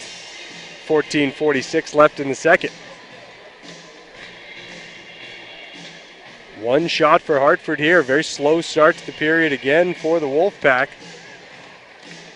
3 for the Bruins. They came in a flurry early in the period. Face-off won by Nearing. Hartford controlling in their own end. Bork has it taken away by DeFazio, and the Bruins a chance to set something up. DeFazio comes cross ice to Koklachev at the right wing half board. Centering pass. Zarnik's backhand pirouette of a shot. Sticked away by Hellberg. Zarnik getting the puck on net. Had the 2 goals last night, and very quick body work there. That comes from the Bruins end all the way down the length of the ice for an icing with 14:16 left here in the middle period. That was some of the most active stuff we've seen from the Bruins today. DeFazio whipped it cross ice to Koklachev, who quickly got it to Zarnik, who spun around with a backhand, and that one beaten Hellberg. That's a highlight reel type of goal. And now that trio will stay out in the defensive zone. Taking the face-off is Zarnik opposite Alexic. Alexic's already been chased out of the dot a few times today. Had a quick word from the official. Now wins it back to Brady Shea, whose left point shot goes off some skates. Never got past the left wing circle. Now down low, however. Skating with it. Trying to create some space from the far side there. Bruins grab puck possession and send it over in front of the benches. Tumbling down to the ice was Bodie. Really awkward looking play from both sides. DeFazio hesitated when he saw the man go down and eventually gained the zone offside. So with 13:54 left, we'll take our break. We'll be back in a moment. Bruins leading the Wolfpack 2-0 on a Sunday afternoon. Next Gen Mechanical is your full-service mechanical company, providing innovative solutions to our commercial and industrial customers' heating and air conditioning needs. They can provide energy-efficient solutions to business owners and managers looking to address today's rising energy costs by improving the efficiency of their existing systems or installing new state-of-the-art equipment. Their highly trained technicians can service a full range of HVAC equipment, including chillers, rooftop units, and boiler plants. Their many repeat customers are a tribute to their dedication to providing high-quality service with integrity. For more information, call Next Gen Mechanical at 401-921-3211. Next Gen Mechanical, a proud sponsor of the Providence Bruins. Providence Bruins 2, Hartford Wolfpack nothing. Craig Durham in for Nick Gagalis today. Glad to have you with us here on AHL Live. The Bruins look to continue a positive streak and get themselves to the 500 mark. A win today would be the 10th of the season. As we approach the midway point of the second, that is far from a certainty, but a giveaway here. A backhand shot for Hargrove misses wide to the near side. Right off the face-off, a bad giveaway. Another one by the Wolfpack. And nearly turning it into instant offense was Hargrove. Now Phillips off the steal, goes cross ice to Chernachan. He's bumped off the puck. Lindblad starts the rush for Hartford. Drives towards the net. Irwin was able to break up that play momentarily, forced the puck to the outside, to the far side boards where it's tied up. Well, now the puck's loose, just a couple of bodies tied up. Wolfpack wind up with it, spinning with it. McCarthy unable to get it any further into the zone. And now Phillips, 1-on-3 with a backhand shot that goes wide but bounces to Hargrove, who centers it with a backhand of his own. Swept out of trouble, but the Bruins now possess the puck, setting it up. Goes off the skate of Luke Adam, and Adam will dump it in from the red line, or at least attempt to. Not sure what that hit. It hit a high stick is what it hit. A Bruin high stick, and as they touch the puck again, play will be whistled dead with 12:47 left here in the second. When the Bruins have had chances here in the second, they've come in bunches. A couple of spurts of all-out pressure. Magnus Hellberg has looked sharper here in the second than he did in the first when he gave up the 2 goals early. This face-off coming at center ice will pit Nunn and O'Donnell. One back to Ryan Graves, who starts the play over to Summers. Now it comes to Megna on the left wing side. Megna charges towards the net. Quick wrist shot and a right pad save made by Zane McIntyre, his 10th of the afternoon. Play continues in the Bruin end. Megna in the left corner makes a play. Now it comes to Tambellini. Tambellini was forced off the puck in the circle, and here's a breakaway for Camara. Camara goes barreling into the net. A really strong body. Down to the ice to break it up was Chris Summers. He just flat out caught up with Camara. Don't think there's going to be any kind of penalty. It looked for a split second as if Camara would be in all alone, but great closing speed by Summers. Really a lack of a breakaway gear for Camara led to the ending of that play. Both men on the ice going barreling into the goal. So this faceoff will come in the Hartford end in the right circles. Alexic and Griffith, or rather Nearing and Griffith. 3 Wolfpacks set up between the circle and their goaltender. Face-off won by Nearing back, but Hartford unable to clear. Kept in at the right point a first time by Bleed. Unable to keep it in a second time. And there's Rivik trying to work it past the red line, only to see it turn around, sent in deep by the Bruins. It goes to the far side. With it is Arneson. Arneson skates it down low, makes the pass to Griffith behind the goal line. Griffith in the right wing corner reverses it with a pass to Bleed in the left side. Anton Bleed walks it out to the half boards where the hit from Brady Shea knocks him off the puck. Hartford able to clear, but they can't get it by Arneson's stick at the Providence blue line. Now Griffith the other way. In the right circle, he's taken off the puck by Hughes. And as Nearing touches it, the whistle's blown. We'll have a power play coming for Providence with 11:35 to go in the second period. Bruins already with a power play goal today. Hughes going to get 2 minutes here for hooking Seth Griffith.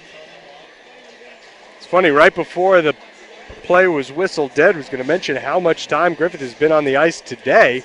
And now he'll stay out there for the power play. Top 2 lines getting a lot of time on ice for the Bruins. Alexic and Griffith will take the face-off on the right side of the zone. That's the glove side of Hellberg. Huge power play for the Bruins. A goal here could be a real dagger. However, the face-off won by Alexic. Back to Graves, who couldn't clear. Bruins keep it in. It's Youds on the left side with all kinds of space. Now he comes to Zarnik, whose shot is deflected by DeFazio wide. Griffith on it. The left wing boards, comes back to Zarnik at the right point. His slap shot again, looking for a redirection, was this time blocked and cleared by Summers. So pretty good first 25 seconds of the power play for the Bruins, though they didn't get a shot on goal, a couple of chances. Youds will skate it at the blue line, make the pass over to Zarnik, who backhands a pass to Griffith, top of the slot, leaves it for Youds left side. Griffith at the half boards, stands and holds. Now he walks it a little bit lower, gives it to Koklachev behind the net, comes near side to Zarnik, backhands it to Youds. Youds at the blue line, back to Zarnik, right side in the circle to Koklachev. Koklachev in the corner, skating well. Touch pass from Zarnik over to Youds, now far side Griffith. Griffith holds, the box set up by the Wolfpack. Bruins trying to find a way to penetrate. Youds gives it to Griffith, who circles with it at the left side. On top of the circle, he gives it back to Youds, high slot. Comes to Griffith, 48 seconds of power play time remaining. Seth Griffith skating it down towards the left corner, cross ice to Zarnik, who's trying to cheat in deep, but off a stick, it wasn't able to get there cleanly. Comes back to Griffith in that same spot, however, by the left corner. Zarnik calling for it, gets it. High right circle, now down low to Koklachev. Koklachev back to Zarnik. Koklachev now attacking towards the net. A quick wrist shot and a save by Hellberg. Griffith controls the rebound. Back to Youds, who gives it to DeFazio, whose pass was a little bit off target. Still 18 seconds left. Griffith with it. Down to Koklachev. Left corner behind the net now. Koklachev gives it to Griffith, who holds on the goal line. Far side. Now he comes near side to Koklachev. Holding on to it. He gives it to Youds for a one-timer. That goes off Hellberg's blocker up over the glass and out of play. Still 3 seconds left on the man advantage. Bruins finally able to generate that golden opportunity. The huge slap shot from Youds got through. Big save by Hellberg. Great puck movement, but you got to credit the Wolfpack for keeping nearly everything during that power play on the perimeter. But still a chance for a win and a quick shot for the Bruins. And then, of course, Hartford will have to scramble as they get Tommy Hughes back with just 3 seconds to go. Face off here, comes to Hargrove. Hargrove touches it to Arneson. We're back to even strength. Arneson winds up, then makes the pass. Far side, redirected in front by Chernichan. Great deflection off the initial shot from Phillips. Hartford now gains the Providence zone. Skating it in deep is Nearing. Nearing backhands it off the end boards, controlled by Arneson, off the glass and out, chasing after it. Hargrove, he's going to lose that race, however. Here's Brady Shea, touching it over to Bodie. Bodie goes over to Ryan Bork. Bork gains the zone, pulls up, and now makes a nice centering pass that just deflected off the stick of Alexic. Puck in the Bruins' end, now skated out by Chernichan. Backhands a pass. Well, went through Arneson, just rolled on him. Now backhander indirect off the boards to Belmore. Now Chernichan again winds up, fires a slap shot to the left wing corner as the Bruins change. Bleed is already on the forecheck, and the Hartford Wolfpack started up ice. No icing as McIntyre comes out to play it off a couple of sticks. Simonelli with the puck. Neat pass ahead to Cave, who starts the rush. Left side, Anton Bleed. Bleed moves it to the slot, now comes right wing side. In the circle, he pulls up, looks back for a pass. Simonelli's shot off a couple of bodies in front. Deflects wide of the near side post. Behind the net, Chris Summers settling it down for Hartford. They look to make a breakout play. They do off the glass, but the Bruins thinking of sending it back in very quickly, which they do. However, they ice the puck as Griffith wasn't able to get to it in time. So 8:01 still to play in the second period. The score remains 2-0 in favor of Providence. Both goals coming before the 7-minute marker of the first period. Both goals coming, as a matter of fact, before Hartford had even registered a single shot on goal. Now Hartford with 10 shots, Providence with 21. Chris McCarthy will take the face off in the left circle for Hartford against Seth Griffith. And off the stalemate, Griffith sends it back to Simonelli. behind his own net. He wraps it around the boards near side, pinching in to keep the play alive, Matt Bodie.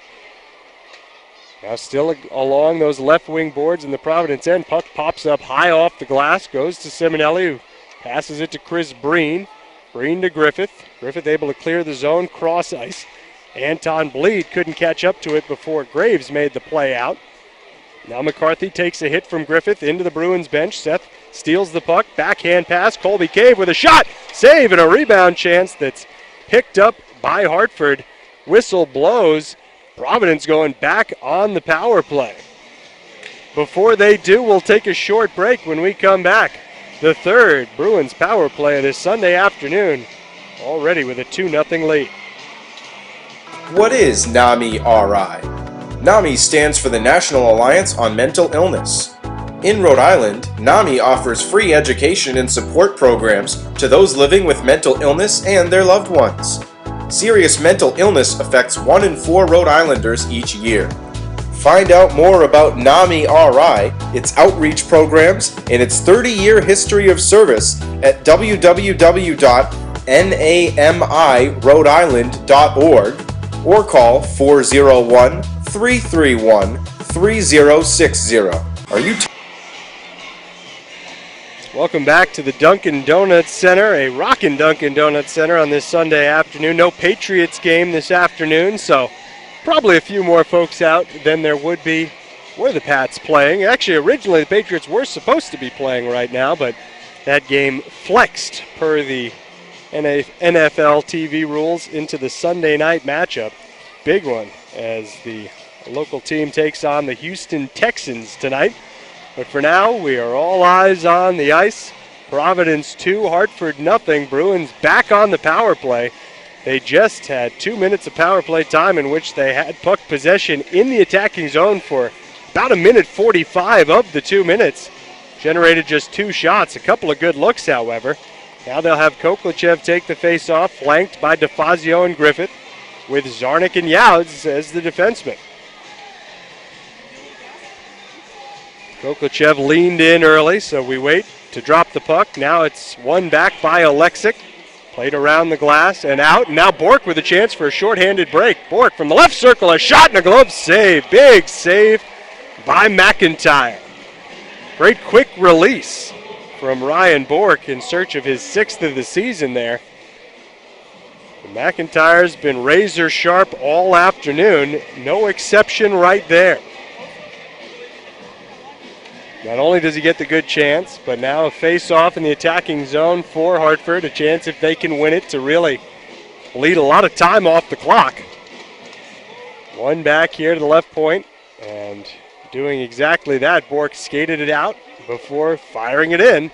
But now Ben Yards starts the attack for the Bruins. He goes far side to Zarnik, who gained the zone, lost possession, but the Bruins rally together as a team on the left wing boards to keep it in. Work it down low, but Chris Summers on it.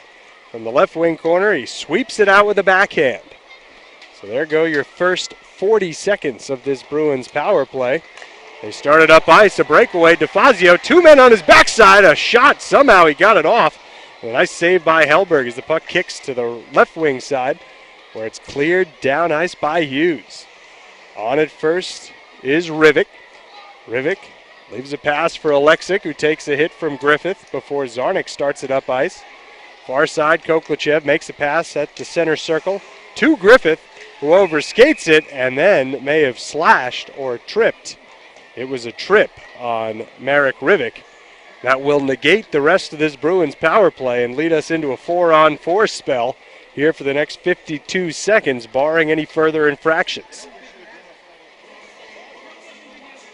So Griffith still reluctant to make his way towards the penalty box, but now he'll finally make the slow saunter over. Pretty good kill by Hartford, though. A couple of good chances for the Bruins. By the same token, now 6:17 to play in this second period. 23 shots to 11 for Providence, and still just a 2-goal lead. The way this one started, you wondered if it might be, again, very similar to last Sunday's game, that big 6-1 win over Springfield. Well, credit the Wolfpack for stepping up and staying in the game, and certainly credit their goaltender, Magnus Hellberg, for getting better as this one's gone off. Off the face-off, a couple of bodies collide in the right wing corner. Now is backhanded in on McIntyre, who gloves it and leaves it for Irwin, who starts it up near side. Now he'll drop it off for Simonelli. Simonelli's pass bounces off Colby Cave's stick. Change of possession on the far side, backhanded down by Bork. Possessed by the Bruins in their own end. Coming up ice through the center circle is Irwin. He takes it over to the right wing boards, now down towards the right wing corner, into the corner, where he takes a hit and is bumped off the puck. Nice hit there by Neering. Brady Shea trying to send in his man all alone. It deflects on McIntyre, who covers it up. A streaking Brian Gibbons wanted that one, but the pass just couldn't get through a couple of sticks. One more timeout here in the second period, 5:35 left in it. Bruins 2, Wolfpack nothing. We'll be back right after this. Are you tired of going to the movies every weekend? Forget the overpriced popcorn and grab some friends to go bowling at Town Hall Lanes in Johnston. Grab their Pizza Pins pitcher deal and enjoy 2 hours of bowling, shoe rentals, a large cheese pizza, and a pitcher of soda or beer. Town Hall Lanes wants to host your next gathering. Whether it's your child's birthday, a company party, or just some friends getting together, Town Hall Lanes will provide a first-rate experience that includes bowling, shoe rentals, food, drinks, and more. Score a strike at your next get-together with Town Hall Bowling. Call 401-831-6940 or visit www.townhalllanes.com. Face-off will come in the Bruins' end, under 6 minutes to play here in the second period. 2 goals early in the first, the only 2 of the game, both belonging to Providence. 4-on-4 for another 9 seconds, then it'll be nearly a minute and 10 seconds of power play time for Hartford. They've been unsuccessful on the man advantage in 3 tries already, as you might have surmised by the 2-0 score. Tambellini will take the draw against Chernichan in the left wing circle. Tambellini directing traffic before assuming the position. Chernichan was in there early. They both were really. And after a brief word, we'll get on with it. Chernichan wins it back to Belmore. Belmore feeling pressure in the left wing corner, gets it to Chernichan, who takes it back to the corner, turns around, holds, waiting for one more second. Now the Bruins can freely dump it down ice, which they do, as they're now on the PK. Hellberg out to settle it out. Chernichan rushes in and makes things uncomfortable for Magnus Hellberg. Now he winds up with the puck in the left corner. He falls to the ice, rolls over.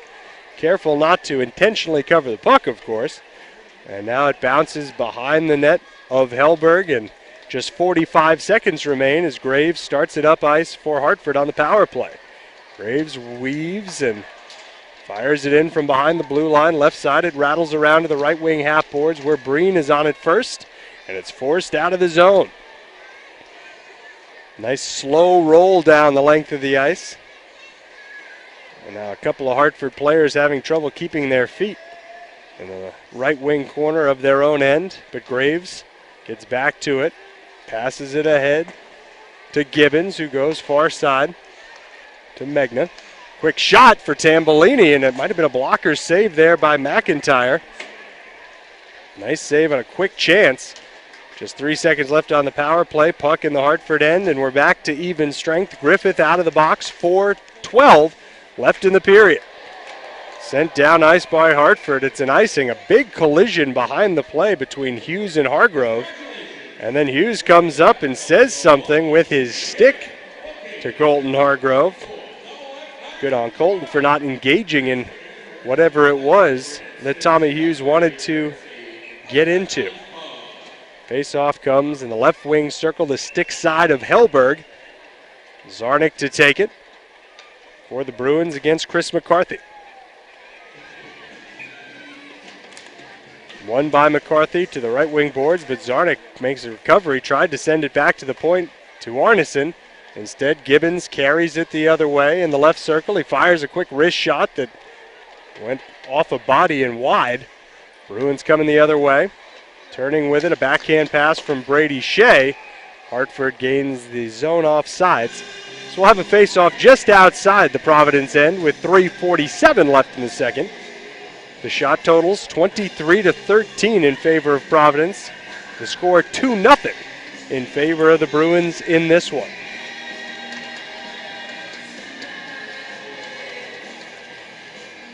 Same unit out for Providence.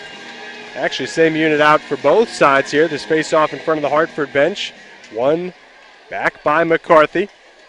Holding on to it, trying to find a lane to go forward was Bodie. He got it to Summers, who gets it in deep.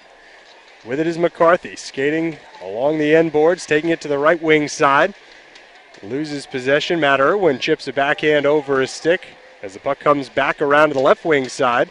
Koklachev makes a play to Zarnik, but the Bruins can't clear, and McCarthy content to sweep it in. Now Hartford trying to set something up. McCarthy, top of the left circle.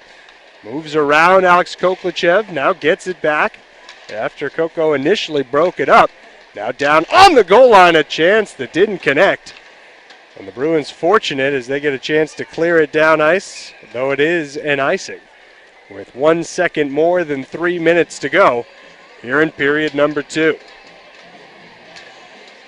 You felt it at the end of the first period. You're starting to feel it here again in the latter portion of the second period. Hartford wants to pull within one because at that point, all you need is to keep firing the puck on net. Shouldn't be this close, truth be told, the way this game's been played. But again, a credit to Hellberg in the way he's recovered after a shaky start. Grave keeps it in at the left point. Walks it towards the slot, fighting through 3 Bruins. He's able to keep the play alive. And now it's sent down low to Nearing, who's bumped off the puck by Irwin, who starts to skate it up far side in front of the benches. He clears the zone, but gets really no further than the red line where it's turned back in. Alexic on the left side. Starts the rush, sends it down low. Nearing with it behind McIntyre. Tried to backhand feed to Bork that was blocked. And now the Bruins are able to clear again. They can try and finish this change up. As the puck bounces off his stick, nearly deflected to Camara, fresh onto the ice. He wanted to charge in on net. Dumped in instead by Hartford, settled down by McIntyre. He backhands it to Belmore. Belmore off the corner glass, comes right back to him in the trapezoid. Takes a hit, loses the puck, which bounces through the crease. And Camara on it again. Bruins really hemmed in down low in their own end. Hickman takes a couple of bodies as he holds on to the puck in the left wing corner. Tries to walk it up the boards, flips it up in the air and out. Great play by Hickman. Gary Nunn couldn't find the puck in time. Brady Shea with it instead. Skates, gives it away. Hickman on the doorstep, tries to jam it in with a backhand. Taken down by Summers. Huge shift and a huge hit right there on Tambolini. I think it was Ben Youds. We're going to see what kind of penalty is going to be called. There's a stick snapped in half. It was Camara who laid the body on Tambolini in open ice in the high slot in the Bruins' end. Holy cow.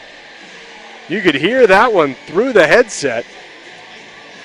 Open ice, big open ice collision. Good to see Tambolini pop right back up and skate on his own accord to the bench. I think they'll call interference here.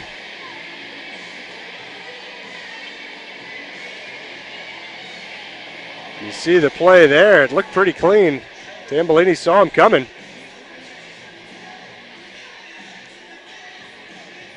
Oh, shoulder to shoulder. Really solid contact.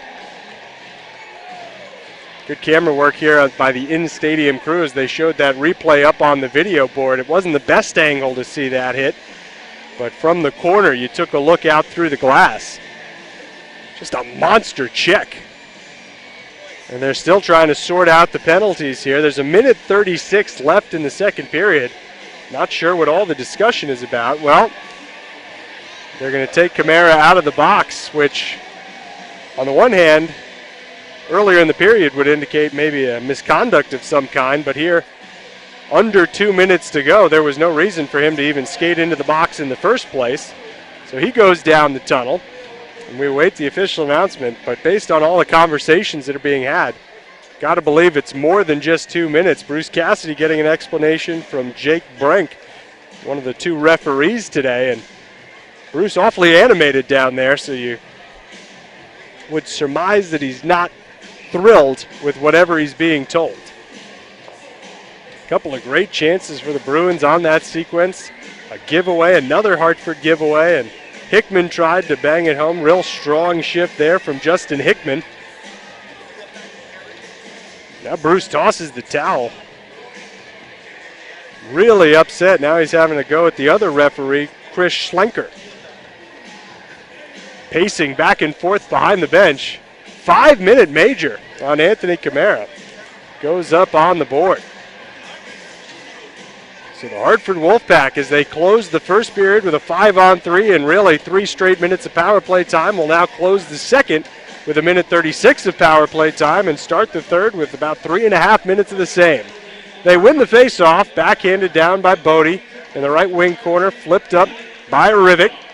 Behind the goal, it's the Bruins who bang it off the glass but not out, kept in by Graves at the left point. A man down.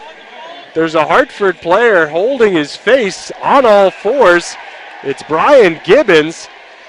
One of the officials did have the right arm up. I believe it'll be a penalty on Ben Youds. 2 minutes. The Bruins will be down 5-on-3 for the last 1:21 of the second period. And then even if they're able to kill it off at the beginning of the third period, if this second penalty extends into the third, it will still be another 3 minutes of power play time for Hartford. So they're being given every opportunity to get back into this hockey game. 2-minute high stick. Bruins penalty kill has been tremendous all afternoon. Combination of that with an uninspired Hartford power play. We'll see if the Wolfpack can summon the strength and the energy to put something together here. 5-on-3 for 1:21. Here we go. Face off in the left circle, one back to Bodie. Bodie holds as a tight perimeter being set up here by Hartford. Bodie goes top of the right circle, down low to the goal line. Cross ice pass, a one-timer by Megna and a save. Puck on the left wing boards, controlled by Bodie, who goes cross ice. A chance down low, crashing the net. A one-timer scores. Stuffing it home is Luke Adam to make it a one-goal game with 58 seconds left in the second. Youds out of the box.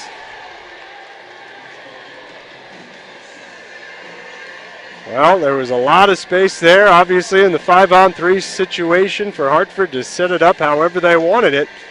And credit the Wolfpack, good puck movement to create that scoring chance and beat Zane McIntyre for the first time this afternoon. Really a shame. McIntyre's been so good. Bruins will have to kill 4 more minutes and 22 seconds of Hartford power play time. 56 seconds left in the period. The Wolfpack control the face-off. Brady Shea from in front of his own goal starts it ahead to Bodie. Gives it to Gibbons, who nearly collides with his own teammate. Glad to see he's all right after he was down writhing in pain a few minutes ago. Now he drives it from the right circle and stolen by Providence. They're able to wheel it down ice. 35 seconds left here in the second period. A 2-1 hockey game now. Brady Shea starts it from behind his own net this time. Gets it ahead to Luke Adam, the goal scorer. Runs into Breen, who backhands it along to Belmore. Belmore from behind his own goal tries to leave near side. But that one was initially held in by Shea before Anton Bleed got it out with the second effort. Gibbons goes to Adam on the right wing boards. He gives it away. And it's flushed down ice by Providence with just 5 seconds left in the second period. The puck behind the Hartford goal. And that will do it for period number 2.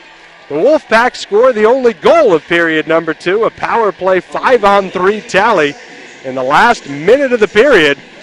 So the Bruins will have to hold on here as they'll enter the third, having to kill 3.5 minutes of Hartford power play time. Opportunities at the end of both periods for the Wolfpack, 5-on-3. And they convert here in the second after failing to do so in the first. The shots after 40 minutes, 25 for Providence, 15 for Hartford.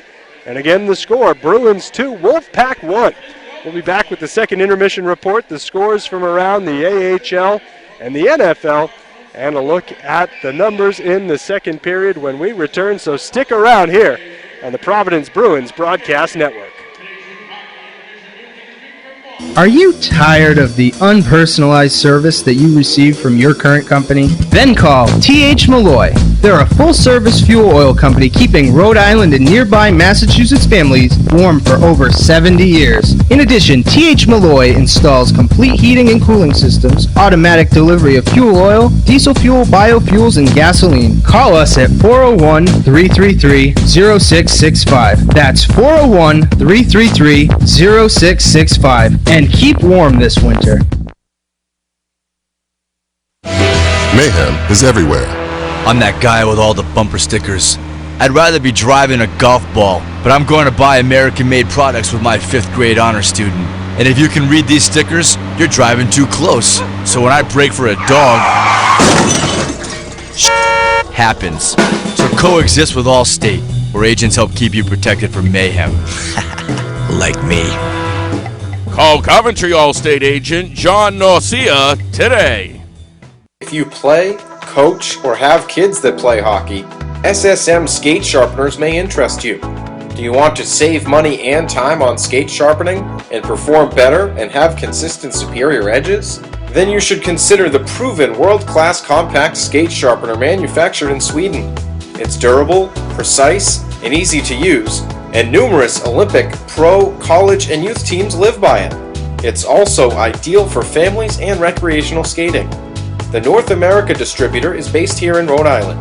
Visit our website at www.ssmofnorthamerica.com. SSM, when skate sharpening matters. Whistle Stop Restaurant and Ice Cream Shop is located on 119 Main Street in Albion, Rhode Island. Whistle Stop has been voted Rhode Island Monthly's best breakfast, lunch, burger, and seafood restaurant for the Blackstone Valley in 2011, 2012, and 2013. Hours of operation are Monday and Tuesday 8 to 2, Wednesday 8 to 7, Thursday 8 to 7, and Saturday 8 to 2 serving breakfast and lunch, plus Friday 8 to 7 serving breakfast, lunch, and dinner, and Sunday 8 to 1 serving breakfast only. Specialties include homemade corned beef hash, Angus burgers, and seafood. Visit our website at www.whistlestoprestaurant.org or call 401-333-1143 for directions and daily specials. When it comes to car restoration here in Rhode Island, there's no better place to go than Extreme Restorations in Slatersville. Their team has the experience, talent, and equipment necessary to build both daily drivers and very high-point show cars.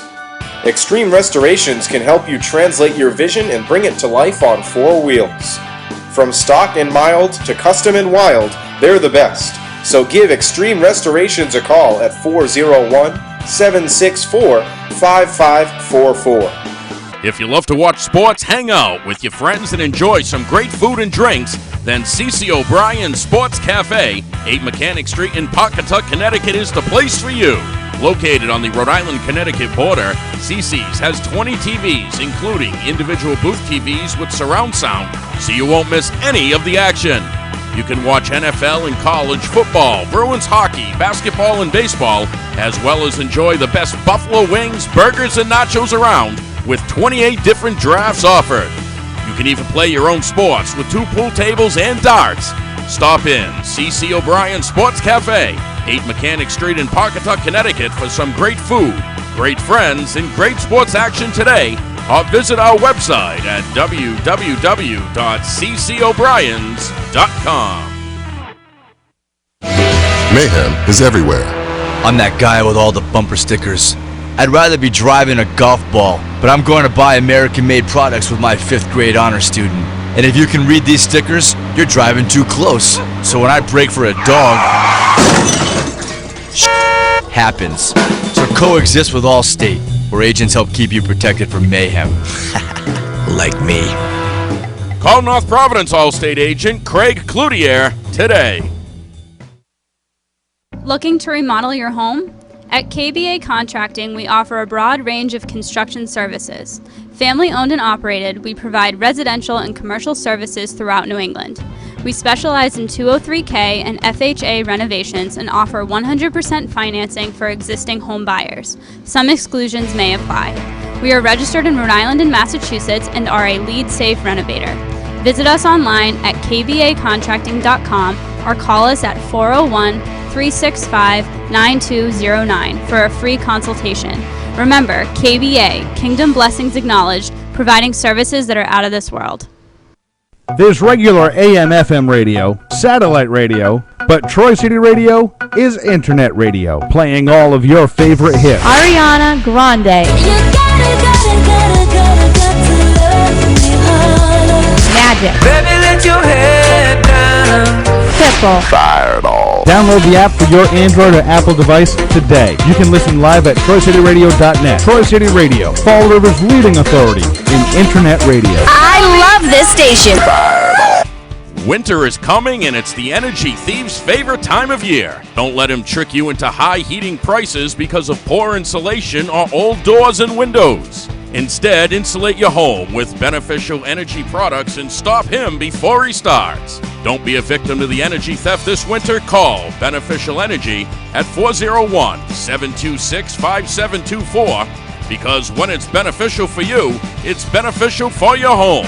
Again, that's Beneficial Energy at 726-5724. Se habla Espanol.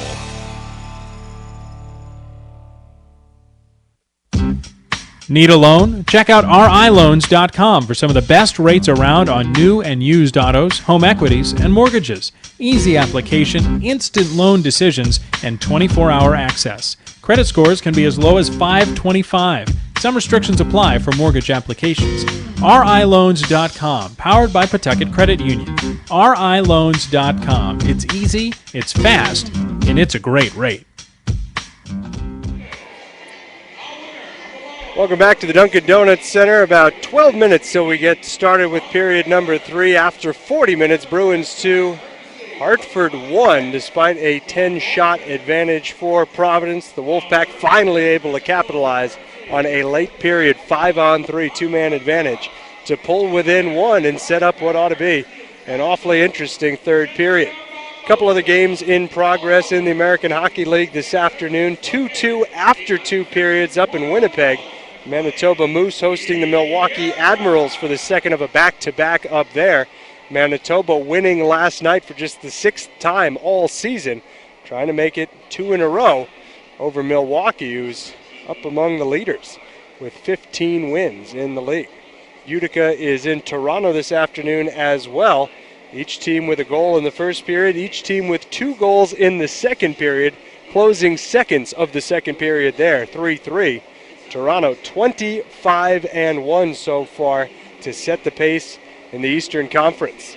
All the other games in the league later on this afternoon. Hershey is in Bridgeport at 5 o'clock, so just about 10 minutes from now. At that same time, a couple of games will get started in the Central Time Zone. Iowa hosting Grand Rapids. The Griffins with 10 straight wins after extending their streak last night. And San Antonio hosting the Texas Stars down at the AT&T Center. One game in California later on this evening. Ontario hosting San Jose at 6 o'clock Eastern Time.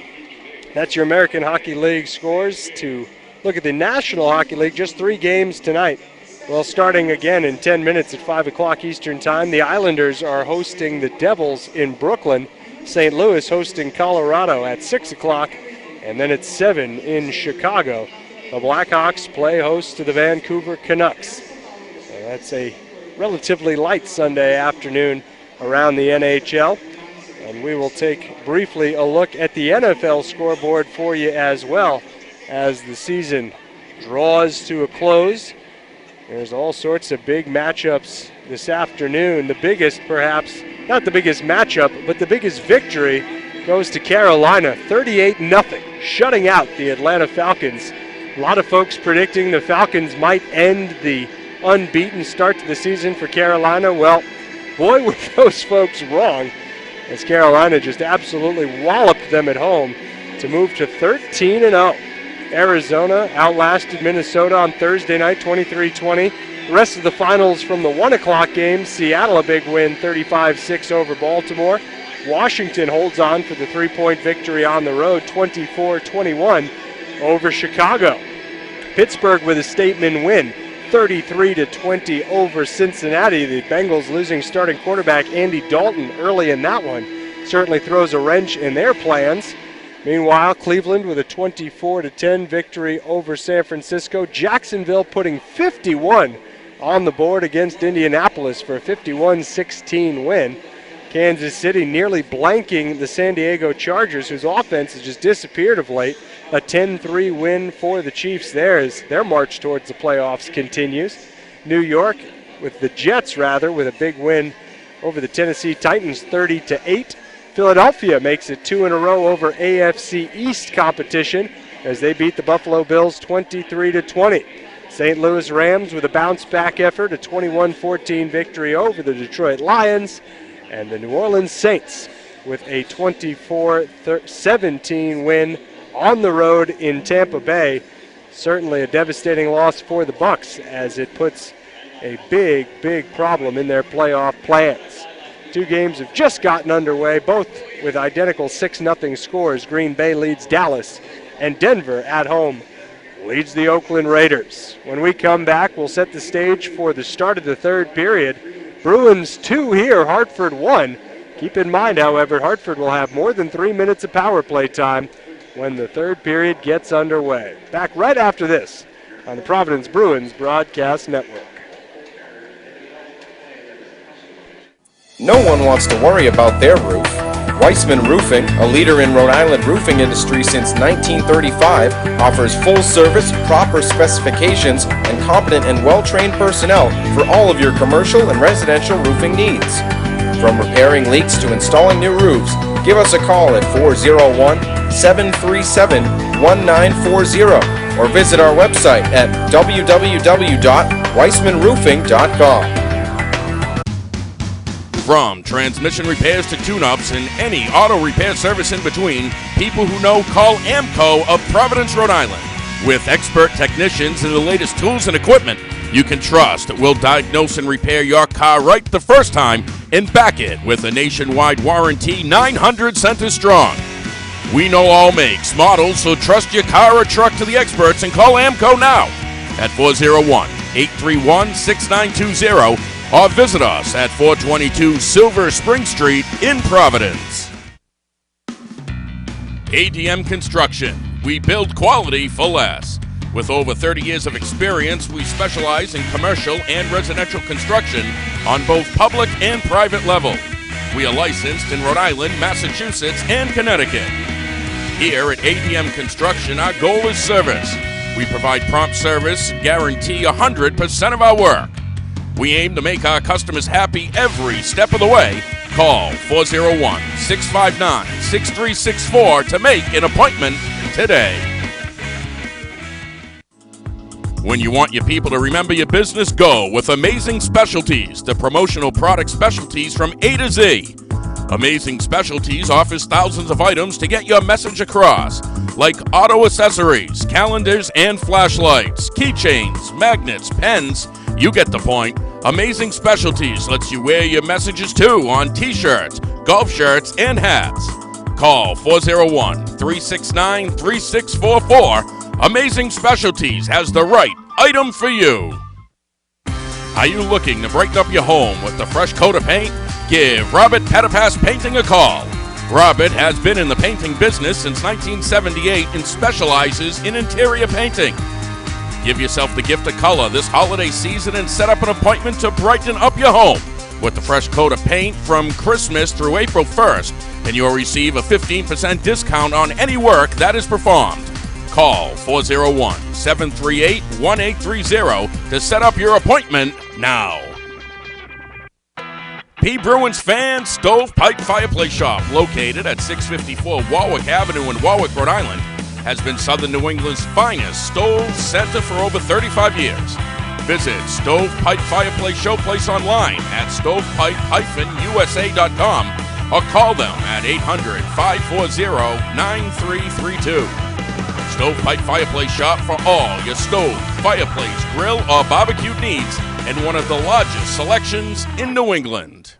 For over 10 years, CJS Statewide Appliance Repair has been the quick fix you can trust, specializing in all facets of appliance repair from washers and dryers to stoves and refrigerators. Call CJS for all of your appliance repair needs at 401-434-1460. How do you define family? For many of us, the vision of family simply must include our pets, and most of us are committed to caring for these companions as well as we care for the human members of our family. The passing of a beloved pet brings the need to make two very important decisions. The first involves letting go, where you choose pet cremation or burial, a decision which can hinge on any number of practical factors. The second involves creating the opportunity to say goodbye in a meaningful way. At Faithful Friends Pet Crematory, our pet loss professionals are available 24 hours a day, 7 days a week. Call us today at 401-337-5911. At Josh's Roofing, we're quality craftsmen. We know that to accomplish any project that will last for decades, a successful, high-quality roofing system takes careful planning and honest consultation. Building relationships and trust is just as important as building a lasting quality roof for you. Josh's Roofing has references that can only come with 30 years of experience and many happy customers. If you are looking to get your roof done at fair pricing with factory certified employees, then we will treat your home like our home. Every year, we exceed our financial and customer satisfaction goals. Thank you for choosing Josh's Roofing for your next roofing project. Call us at 508-922-3574 today. Welcome back as we get you set for the start of the third period by closing the book on the second period. The numbers there, 13 shots for Providence, just 7 for Hartford. The two-period total, 25 for the Bruins, 15 for the Wolfpack. But importantly, the only goal of that second period came at the 19-minute and 1 second mark when Luke Adam on the doorstep was able to deflect a centering pass from Brian Gibbons on the 5-on-3 power play to cut the Bruins' lead in half. The Boston goals came in the first 7 minutes of the first period. Griffith at 4:24 of the first, DeFazio at 6:40 of the first. But that has been the story in terms of the scoring. The damage to Anthony Camara on that penalty, the 5-minute major, which still shows 3 minutes and 24 seconds, a 5-minute major for charging along with a game misconduct. That's why Bruce Cassidy was as upset as he was, felt it was a clean hit, and really you'll have to look at the tape to judge for yourself whether or not Camara went out of his way to charge at Adam Tambolini and blast him. It looked like it, at least to my eyes, came fully in view of Tambolini. It wasn't a blindside hit, shoulder to shoulder, wasn't a head hit, but the play was called as it was, and the Bruins are still suffering for it as they've got to kill off 3 minutes and 24 seconds with a 1-goal lead. So glad to have you with me here. Craig Durham in for Nick Gagalis on this Sunday afternoon. And the Bruins with, well, trying to make it a 3-out-of-3 weekend in terms of getting points, though not victories. They beat the Wolfpack 3-1 Friday. And they lost in overtime in the last 10th of a second to the Portland Pirates last night to snap the win streak at 5. Trying to start a new one today. Colby Cave will take the center circle faceoff opposite Brian Gibbons. And it's won back by Cave to Youds, who slams it in deep to get us started for the final 20 minutes of regulation time. Out from behind their own goal, here come the Wolfpack to the red line. And now they'll have to change directions as the Bruins stand up tall at the blue line. Now it's dumped in. Bounces off the boards to McIntyre, who touches it to Breen, who doesn't get a lot on the clear attempt, but a good second effort to make the play to Colby Cave on the right wing boards. However, Colby couldn't get it any further than the circles, and now the Wolfpack will have a chance to set it up. Luke Adam on the right wing half boards goes down low to Gibbons, who takes his place, now goes cross ice, through a lot of sticks, able to get it down to Megna, whose centering feed came to the slot where it was swept out of trouble. Now Gibbons with it. Sends it back to the point, deflected right in front of McIntyre. And now the Bruins will have a chance to clear. Colby Cave touches it down ice. 1 minute gone in the third period, still 2:22 left on the Hartford power play. The balance of this 5-minute major still to come. From behind their own net, charging up ice. Here comes Brady Shea. Nice bit of skating to work around Arneson, but his shot can't get through Belmore. Tries to play it off glass, takes a bad bounce as far as the Bruins are concerned to Summers, whose pass was nearly intercepted by DeFazio. He would have had a breakaway. Play continues in the Providence end in the right corner, backhanded by Alexic, far side to McCarthy. His backhand pass goes through Alexic to the right wing boards. Spinning with it, turning with it is Rivik. Gets it back to the right point before taking a return pass from Summers. Now Rivik goes to the goal line to Alexic on the right side. Spins, carries it through the trapezoid, backhands a pass to McCarthy in the left wing side. Off a stick, the puck bouncing, kept in by Rivik. He makes a backhand pass. High slot where Brady Shea is unable to control it. That one leaked under his stick, and now he brings it back in over the blue line right side. Skates it all the way down low. 17:50 to go in the period. Minute 15 left on the 5-on-4. Hartford controlling the play. Rivik gets it back to the high point. Graves with a shot and a left pad save made by McIntyre. Deflects to the right wing boards. Rivik on it. Back to Graves. Graves back to Rivik. Top of the right circle. A quick wrist shot. Deflected, and McIntyre covers it up after squeezing it between the pads. Already 4 saves here to start the third period for Zane McIntyre, who's been excellent this afternoon. And just 57 seconds remain on the 5-minute major penalties being served by Phillips, with the game misconduct having been issued to Anthony Camara. Right wing circle face-off. Cave and Gibbons. One back by Colby Cave. Breen with a slap shot to clear. Goes down on Hellberg, who settles it down. From behind their own net, perhaps one last rush for Hartford. At least they'd like it to be the last rush. They'd like to set something up. Collision! And are they blowing the whistle on the Bruins? No, they're not. What are they doing? They got to blow the whistle sometime. The arm's been up in the air for so long. It's going to be Gibbons who goes to the box after taking a big hit.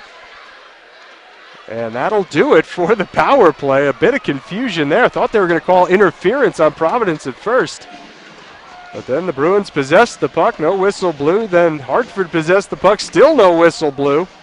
And then finally, they sounded it and sent Gibbons off into the box. 17:07 left in the third. Bruins still out in front, 2-1. We'll go 4-on-4 for 31 seconds, and then an abbreviated man advantage for Providence. Each team with a power play goal so far this afternoon, but sensational work there by the Bruins penalty killers, most notably Zane McIntyre, to keep the lead in the early minutes. 2 minutes for holding the call. And now the puck tied up behind Hellberg's net, walked out by Hartford to the red line. It's turned around by Irwin and fired in deep by Cave. Just 10 seconds left in the 4-on-4. Bruins getting ready to set up the power play. But first they'll have to go on the defensive as Hughes from the near hash tried to fire a shot that misfired. Rolled down in the right corner where it's dug out by Irwin to Arneson, who sends it back to Irwin, who starts it up ice. 5-on-4 now in favor of Providence. Griffith gains the zone, drops for DeFazio. DeFazio tries to go far side, eventually gets it there. Comes cross ice now to Griffith in the left circle. Couldn't handle it, and it's sent down ice by Hartford. 1:05 to go on the Providence power play. 16:10 to go in the third period. A one-goal game. Providence has led since early in the first. Dumped into the right corner by Irwin. Zarnik follows it up, and now it's Koklachev who backhands it to Irwin at the left point. Walking along the line, makes the pass, right side. It's Griffith who comes left side to Zarnik, whose shot deflects wide. Nobody home at the right point to keep it in. Irwin goes back to retrieve it in front of his own bench. Now he gives it to Zarnik, skating in his own zone. Near side to far. Bruins attacking right to left here in the third period. And now they mount the rush. Up center ice. Weaving through defenders is Zarnik. He took it all the way to the top of the crease, but eventually ran out of room, and easy clear for Hartford. Just 16 seconds left to go on the Providence power play. Youds ahead to Koklachev at the red line. Skating well. He gains the zone, takes it left side. Now it comes back to Youds. The left point, he thought about a slap shot. Instead, gives it to Griffith on the half wall, walks it into the left circle. Seth Griffith holds, goes down low to Koklachev behind the goal. Closing seconds of the power play. We're back at even strength. And now Megna's going to rush it up ice. One-on-one with Youds. Waits for help. Holds, pulls up, the right wing boards, drops it for Summers. Summers makes the pass to Bork. Down low, his stick splits in half as he tried to put a bad angle shot on target. He'll go get a fresh piece of lumber as Simonelli wrestles the puck away from Lindblad. Goes to Griffith. On the far side, Seth Griffith at the end of a long shift. Clears the zone, but then gives away the puck. Lindblad carries it back in, drops a pass. Quick shot on, and a save made on near it. Bruins ice the puck. Big save by McIntyre. He had to be ready on a split second's notice, and he was. 14:20 to go here in the third. 2-1 Providence. Out in front of Hartford, the Bruins still without a shot here in the third period. The Wolfpack with 5 on McIntyre. Tired bunch of Bruins stays out there. Griffith and Koklachev, the longest to have been on the ice. Youds, Simonelli, and Hargrove, the other three. Bruins will try to clear the zone and complete the change. Griffith wins the face-off. Youds skates it behind his own net, backhands it around the boards near side, chipped out by Colton Hargrove. Took a hit to make that play from Hughes. Great play by Hargrove, but the Wolfpack already back on the attack. They fire it in cross corner. On the far side, Arneson gets to it, pulls it out of trouble, makes a pass intended for Simonelli that glanced off his stick before McCarthy started to get involved. Now Chris McCarthy battling. It's actually going to be Rivik who walks away with it. Back to McCarthy behind the net. Simonelli makes the steal, backhands it ahead to Phillips on the near side. Zach Phillips tripped up, and the Bruins will go back on the power play once Hartford touches the puck. They possess it with the skate as Rivik went and sealed it against the boards with his right leg. And Phillips with a good job to generate the power play. We'll take our first time out of the period. Just under 14 minutes to play. Bruins with a 1-goal lead going on the power play. En route to the Cape or to Newport? Down from Boston for the day? Thought of bringing in your students for the afternoon? Or letting us stage a memorable private event for you? Or are you that local who's always wanted to bring Dad on the VIP tour? Whatever you have in mind, we're glad to explore it with you. The Marine Museum is only a few hundred feet from the famous Battleship Cove and Heritage Park. Come make a day of it. Enjoy the inspiring presentations of ships at anchor, and then visit us to witness the splendid display of art and artifacts at our museum. Whatever you choose to do, we look forward to seeing you. Visit the Marine Museum at Fall River at 70 Water Street, or call 508-674-3533. Back inside the Dunkin' Donuts Center, Bruins 2, Wolfpack 1, third game of the 3-3 weekend. Providence going on the power play. In the box is Rivik. In the face-off circle is Koklachev, who wins it back to Youds, who sends it down low around the end boards to the far side where Zarnik steps into it. Had the puck pop up in the air, gloved it down, still a bouncing puck. Wolfpack clear, Bork gets it ahead, charging in is Nearing. Down the right wing boards of the attacking zone, he gets it to Bork, far side. Bork trying to kill time, softly out of the zone, back to the neutral zone where it's hammered in deep. 25 seconds killed by Hartford. Here comes Providence. Youds starts the rush with a pass to Koklachev at the red line. He goes right wing side to Griffith, who rattles it around the boards. Took a bad bounce as Graves was able to get on it. Koklachev plays it into the corner where Youds now keeps it in at the point on the clear attempt. Zarnik, right side, goes cross ice intended for Griffith. Good stick.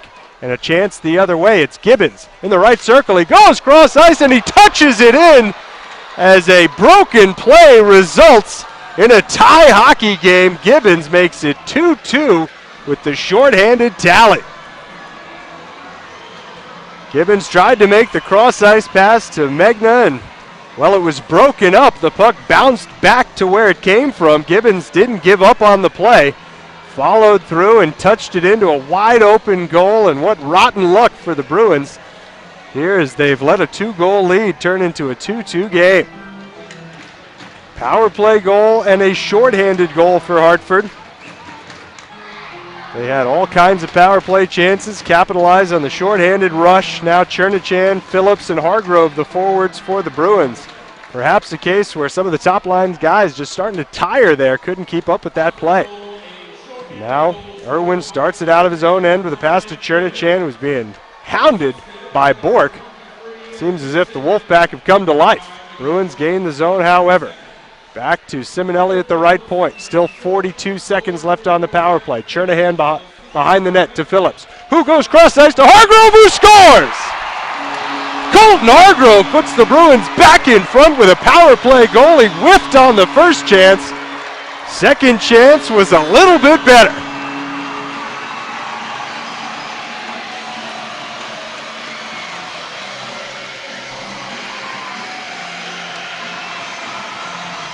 Fourth goal of the season for Hargrove, a 3-2 hockey game, just when Hartford looked like they were starting to feel something.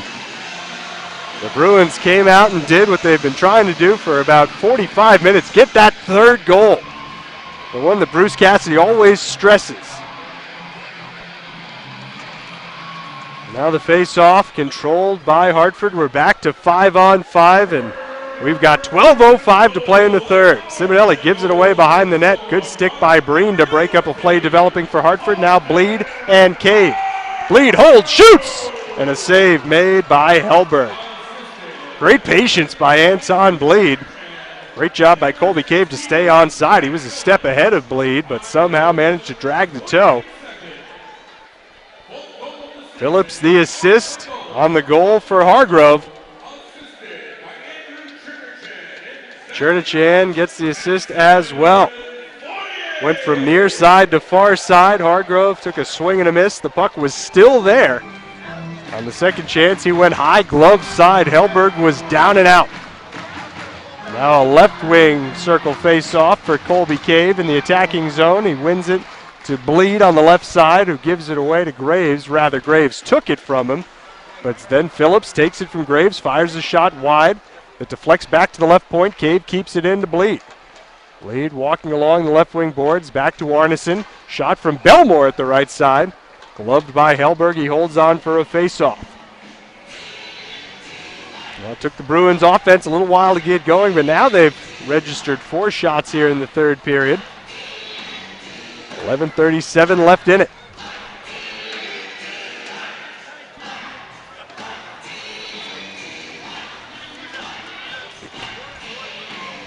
Face-off coming on the right side now. Same line, Chernichan, Phillips, and Hargrove. However, it's won by Hartford, flipped high and out of the zone. Bruins control in their own end. Chernichan from his own blue line. Attacking right to left with speed. Takes it through the slot. Backhands a pass to Hargrove on the left side. His shot deflects to the corner. A battle there. Bodie winds up with it. Plays it ahead. Kept in by Nunn on the right side. Trying to get it in deep. Instead, Hartford to the red line, and dumping it in is Merrick Rivik. Rolls around to the left wing side of the Bruins end. Belmore kicking at it, trying to free the puck. It frees to Rivik, who makes a short pass ahead to Alexic. Alexic with a backhand pass that then deflects on McIntyre, who covers up for the faceoff. It was Luke Adam who had that puck bounce off his stick in the direction of the Bruins netminder. Well, a couple of bad breaks. The 5-on-3, of course, not a lot that McIntyre could do about that. And then he made the good play just a few moments ago that was immediately followed by the second Hartford goal. You can't fault McIntyre for either. And now if he can continue to play as well as he's played all day, the Bruins have the offense they need to make his performance stand up. Off the face-off. In the Bruins end, puck down below the goal line. Luke Adam walks with to the left wing side, backhands a pass to the point. Shot comes in, blocker save made. That was Summers' shot and an easy save for McIntyre. Now a backhander that bounces through the top of the crease, comes to the near side. The attack continues, but now it's cleared by DeFazio down ice. Tried to hit Koklachev with a breakout pass. Instead, it's an icing. So this unit will stay out there. 10 minutes, 20 seconds left in the third period.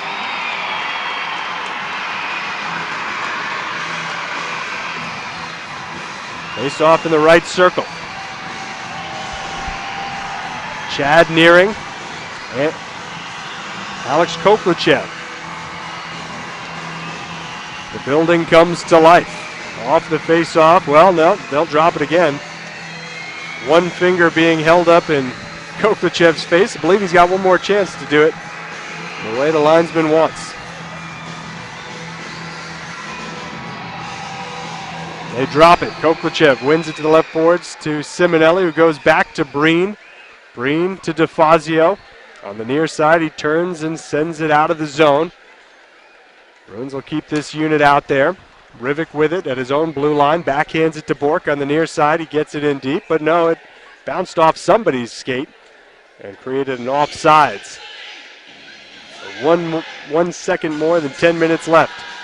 In this third period, 3-2 Bruins back out in front after Hartford tied it for just a moment. Face-off coming on the near side, just outside the Providence end. Cave and Nearing. It's Nearing who wins it back to Bodie. They'll have Graves dump it in on the far side. McIntyre comes out to play it. It's Griffith on the far side boards who starts it up. Now comes near side to Irwin at the red line. Dumps it in. Hellberg settles it down. Had Graves, could have given it to him. Tried to play it around the boards. Instead it goes to Youds for a quick slap shot. Now down low, Anton Bleed tried to set up Griffith with a one-timer. That pass didn't get through. Then Bleed gets collapsed in the right wing corner. Puck to the left wing corner. And the battle ensues. Now it's Graves behind his own net. Makes the play ahead and able to clear the zone briefly are the Wolfpack. Both sides changing. 9:19 left. Matt Bodie standing with the puck on his stick right beside his goaltender. Now he skates it back behind him. Comes to McCarthy just outside the Providence blue line. Didn't touch it, however, so it's icing with 9:05 to play here in the third. Both sides freshly swapped, so the Bruins will, well, no, now they'll send out a few more new faces, where, of course, the Wolfpack are not allowed to change at this juncture. Gary Nunn will take the face off. He's got Hickman to his left. Tries to win it back to the right point to Belmore instead. Won cleanly. Koklachev gloves it. Sends it back to Belmore. His shot high over the outstretched glove of Hellberg. Out comes Arneson, left point. Drops it for Hickman. Hickman being caved in by Bodie, able to make the play forward. Now Hartford clears. Arneson gets run into from behind by Tarnaski. Puck down below the Hartford goal line. Wolfpack started up ice, trailing by a goal with 8.5 to go. They ice the puck again.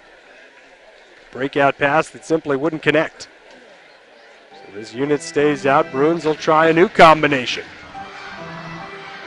Trying to get back to that 2-goal lead, which they carried for about 30 minutes. From 2-0 early in the first to 2-1 late in the second. Chernichan will take it in the left wing circle. And he'll win it back.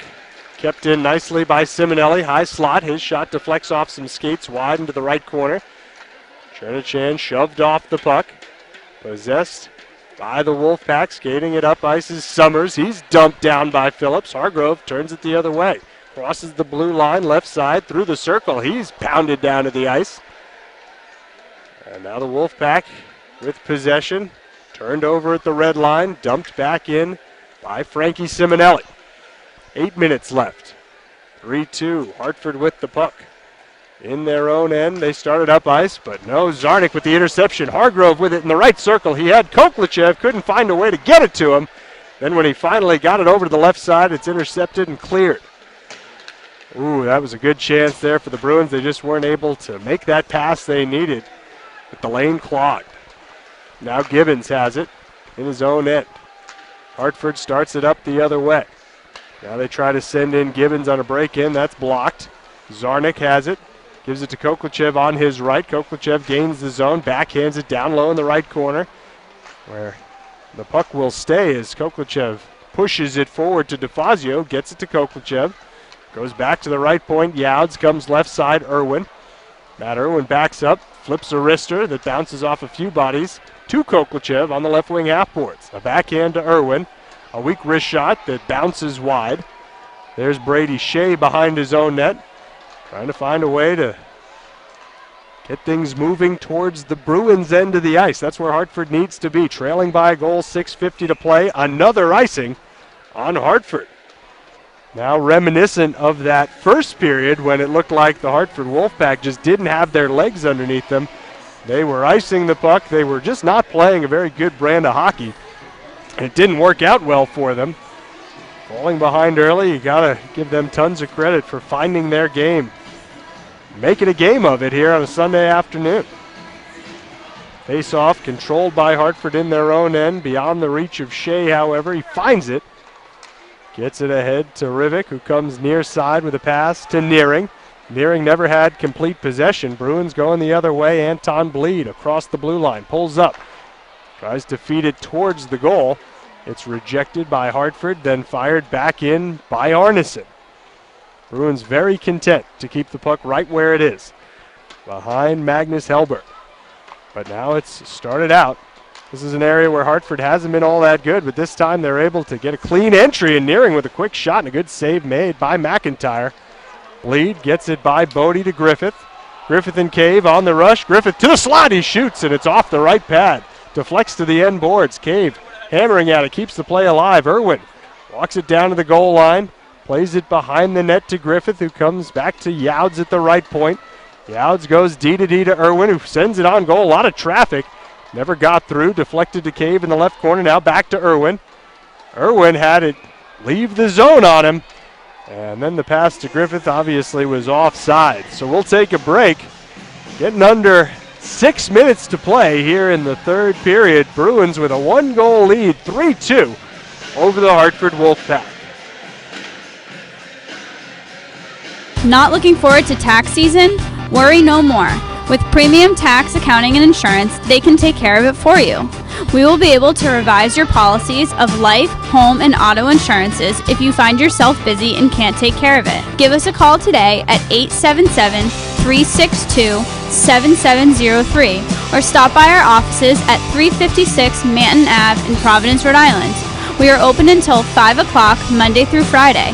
Check our Facebook page out at Premium Tax and Accounting or our website at www.taxactons.com. Don't sweat about getting your taxes in on time ever again. We look forward to seeing you.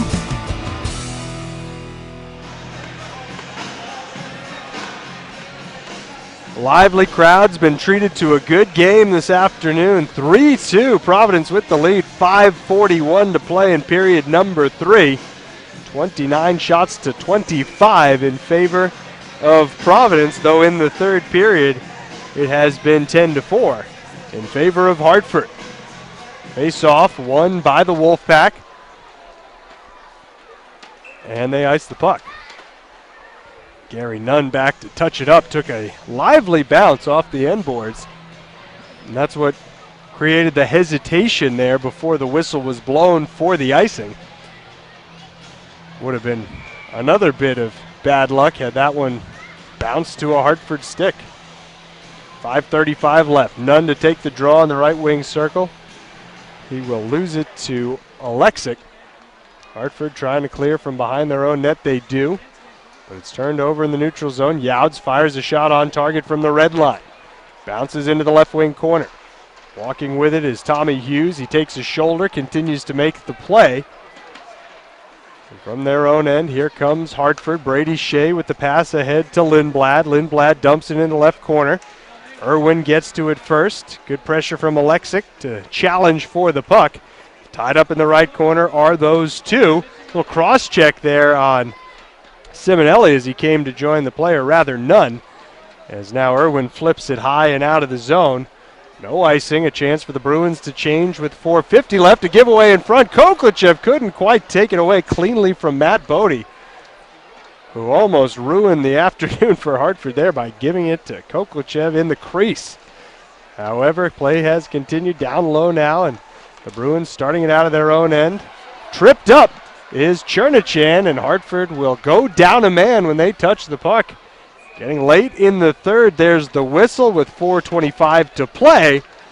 And we'll take one final break here in the third period. When we come back, the Bruins will be on the power play with a chance to really put themselves in a great position to beat Hartford for the second time this weekend. Looking for an amazing bakery? Look no more.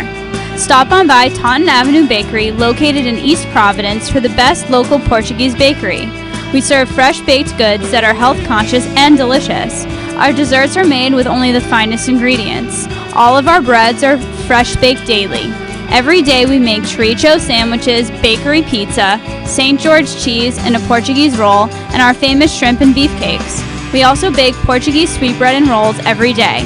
Make sure you like us on Facebook at Taunton Avenue Bakery. Once again, located on 208 Taunton Ave, East Providence, or call us at 401-434-3450 today.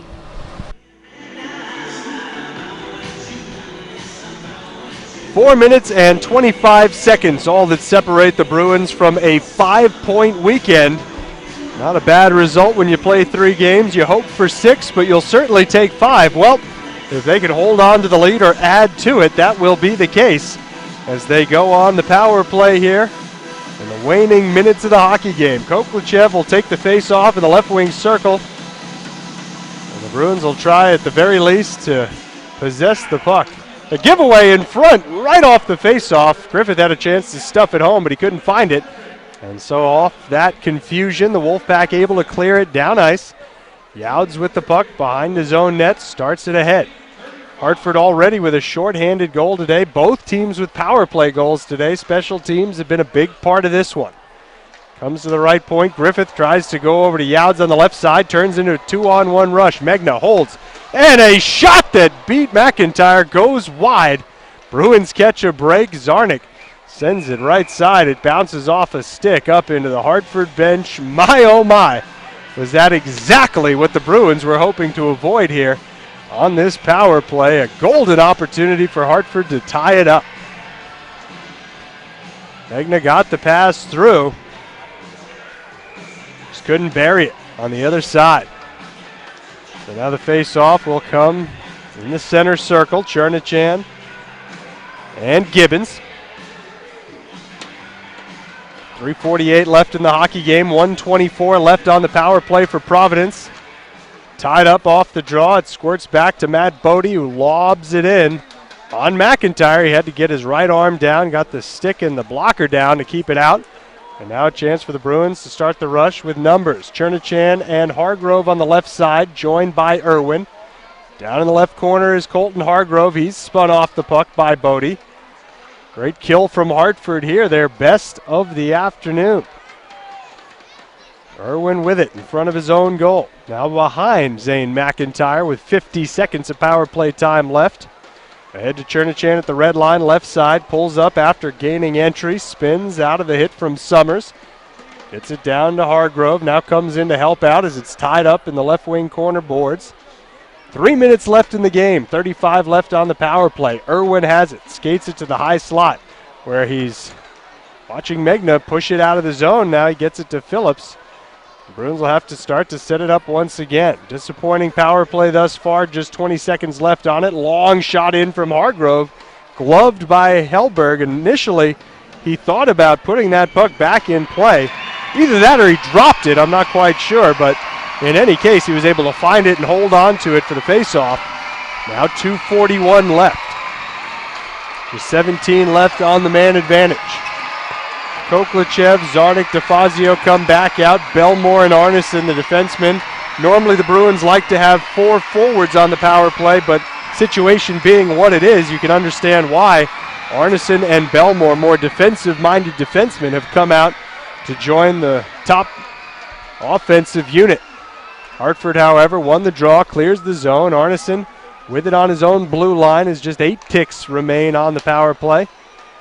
Arneson looks up ice, gets it to DeFazio's stick. He touches it to the right wing corner. Hartford sweeps it out of the zone. We're 5-on-5 with 2:20 left.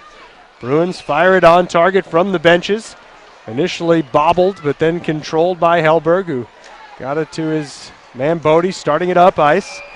Now it would have been offsides had Nearing touched it in the zone, but he waited until his body left. Now a giveaway. Bodie gives it to Koklachev. Backhand chance. Wide of the near side post. It comes to Bleed, who gives it back to Koklachev off his skates. Under 2 minutes to go. We'll keep an eye on Hellberg and see when the Wolfpack decide to go up a man.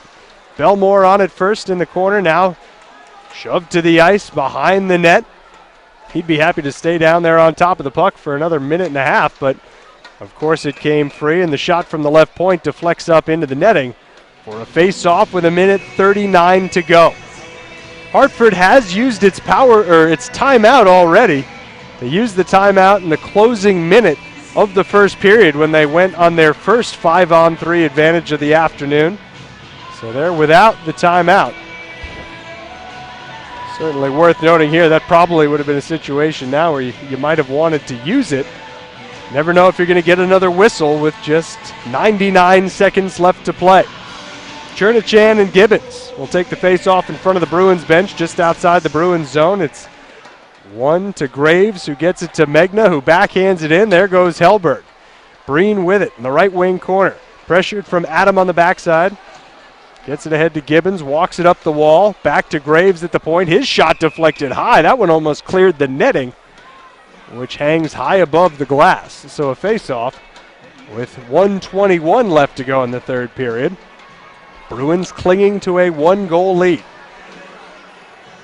First two times these two teams met this year was in Hartford. Both of those games decided by a 3-2 final. Both of those games decided in overtime.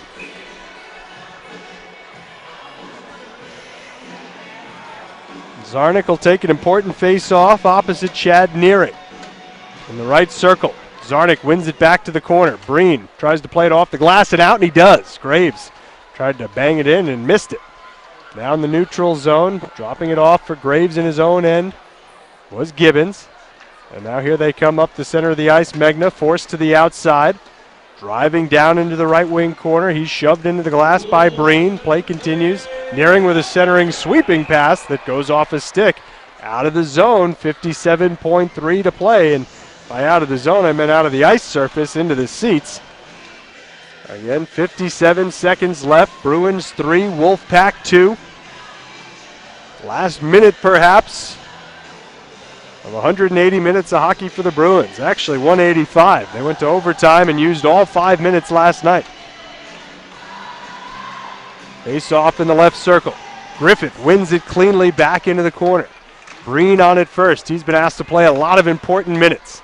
It's played around by Hartford to the near side. Graves at the right point, steps into it. Goes around far side. Megna on it, gets it left point. Bruins trying to find a handle so they can clear. Griffith does. He holds on to it at the blue line, gets it ahead to Anton Bleed, backhands it into the empty net. Anton Bleed makes it 4-2 Bruins with just over half a minute to play. And that'll probably be all she wrote.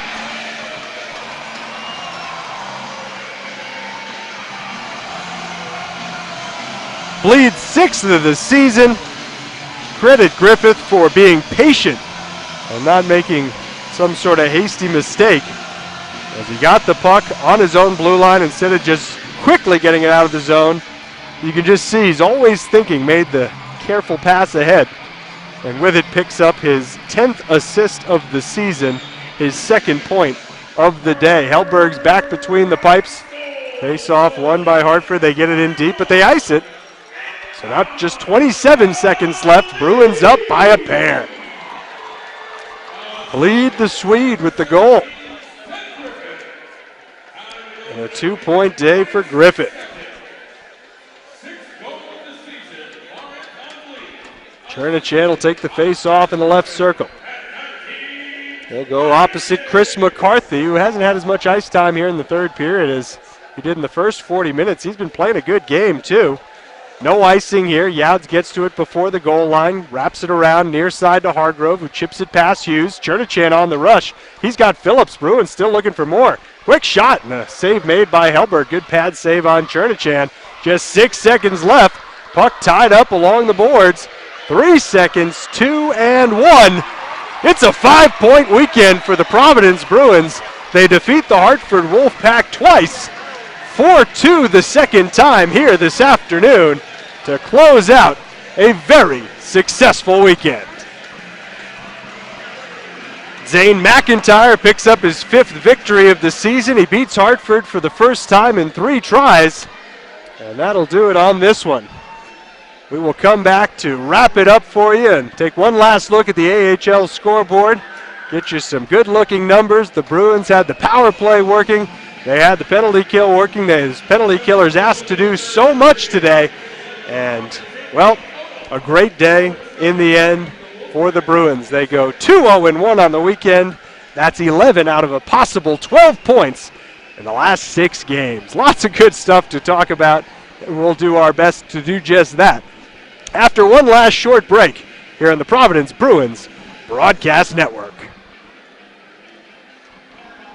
Looking to make extra money on the side from your day job or want to become a full-time bartender? Give Rhode Island Bartending School a call today at 401-946-8132. We are located on 1935 Atwood Ave in Johnson, Rhode Island.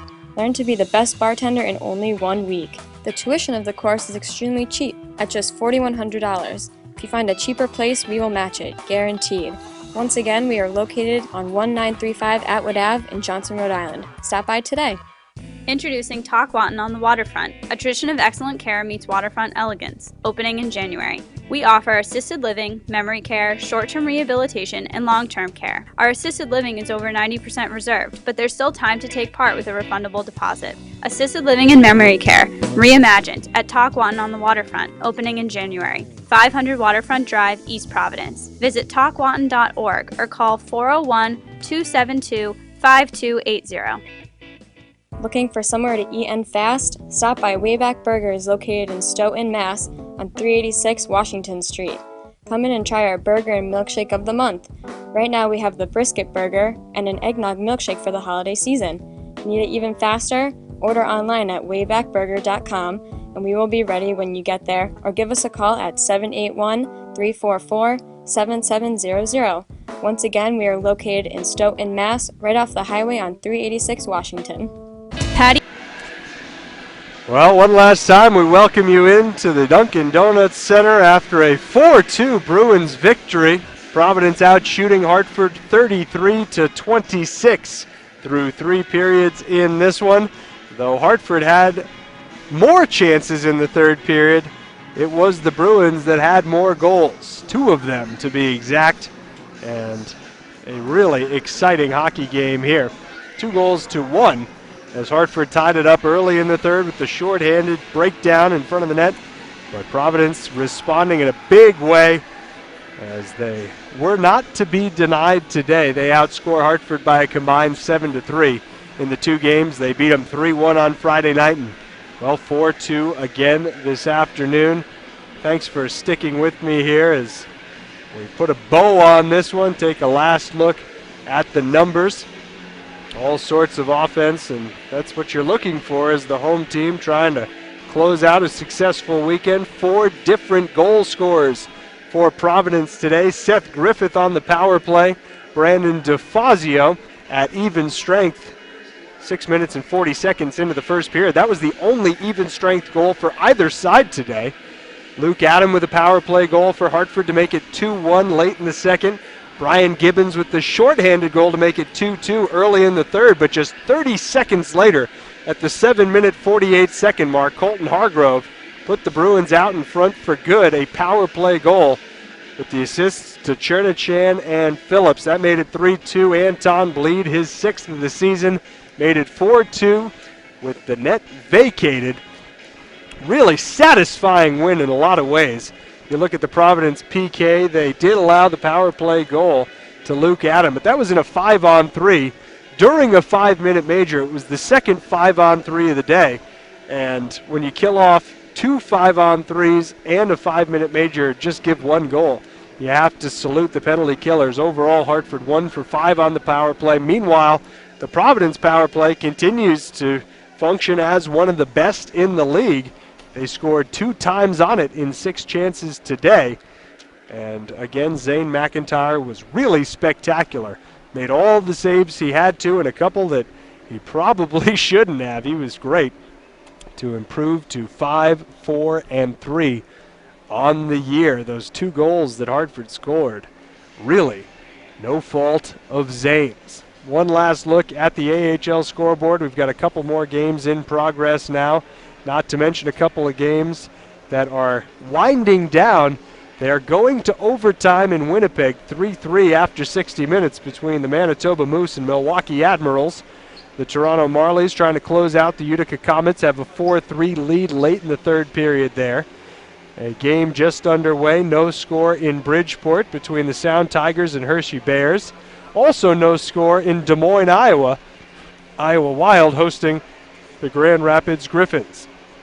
One other game in progress, San Antonio hosting Texas, each team with a goal in the first period, so it's 1-1. San Jose and Ontario will drop the puck in about 20 minutes at Citizens Business Bank Arena in Ontario, California. The NHL with one game underway now. The Devils in Brooklyn are down 2-0 to the Islanders. Marek Zidlicki, his second of the season for the team that used to play on Long Island, and John Tavares, his 13th of the season. 2 games getting started very shortly. St. Louis hosting Colorado and Chicago hosting Vancouver. That's your out-of-town AHL and NHL scores. One last time, your score from inside the Dunkin' Donuts Center. Bruins 4, Hartford 2. Providence, the record now sits at 10-5-1. The team has made it to 500, while the Hartford Wolfpack now fall to 11-14-2. Providence will be back in action next weekend, just a 2-game weekend. The last weekend before Christmas, can you believe it? Already there. It'll be a home game hosting Bridgeport Friday night, and then on the road in Springfield on Saturday.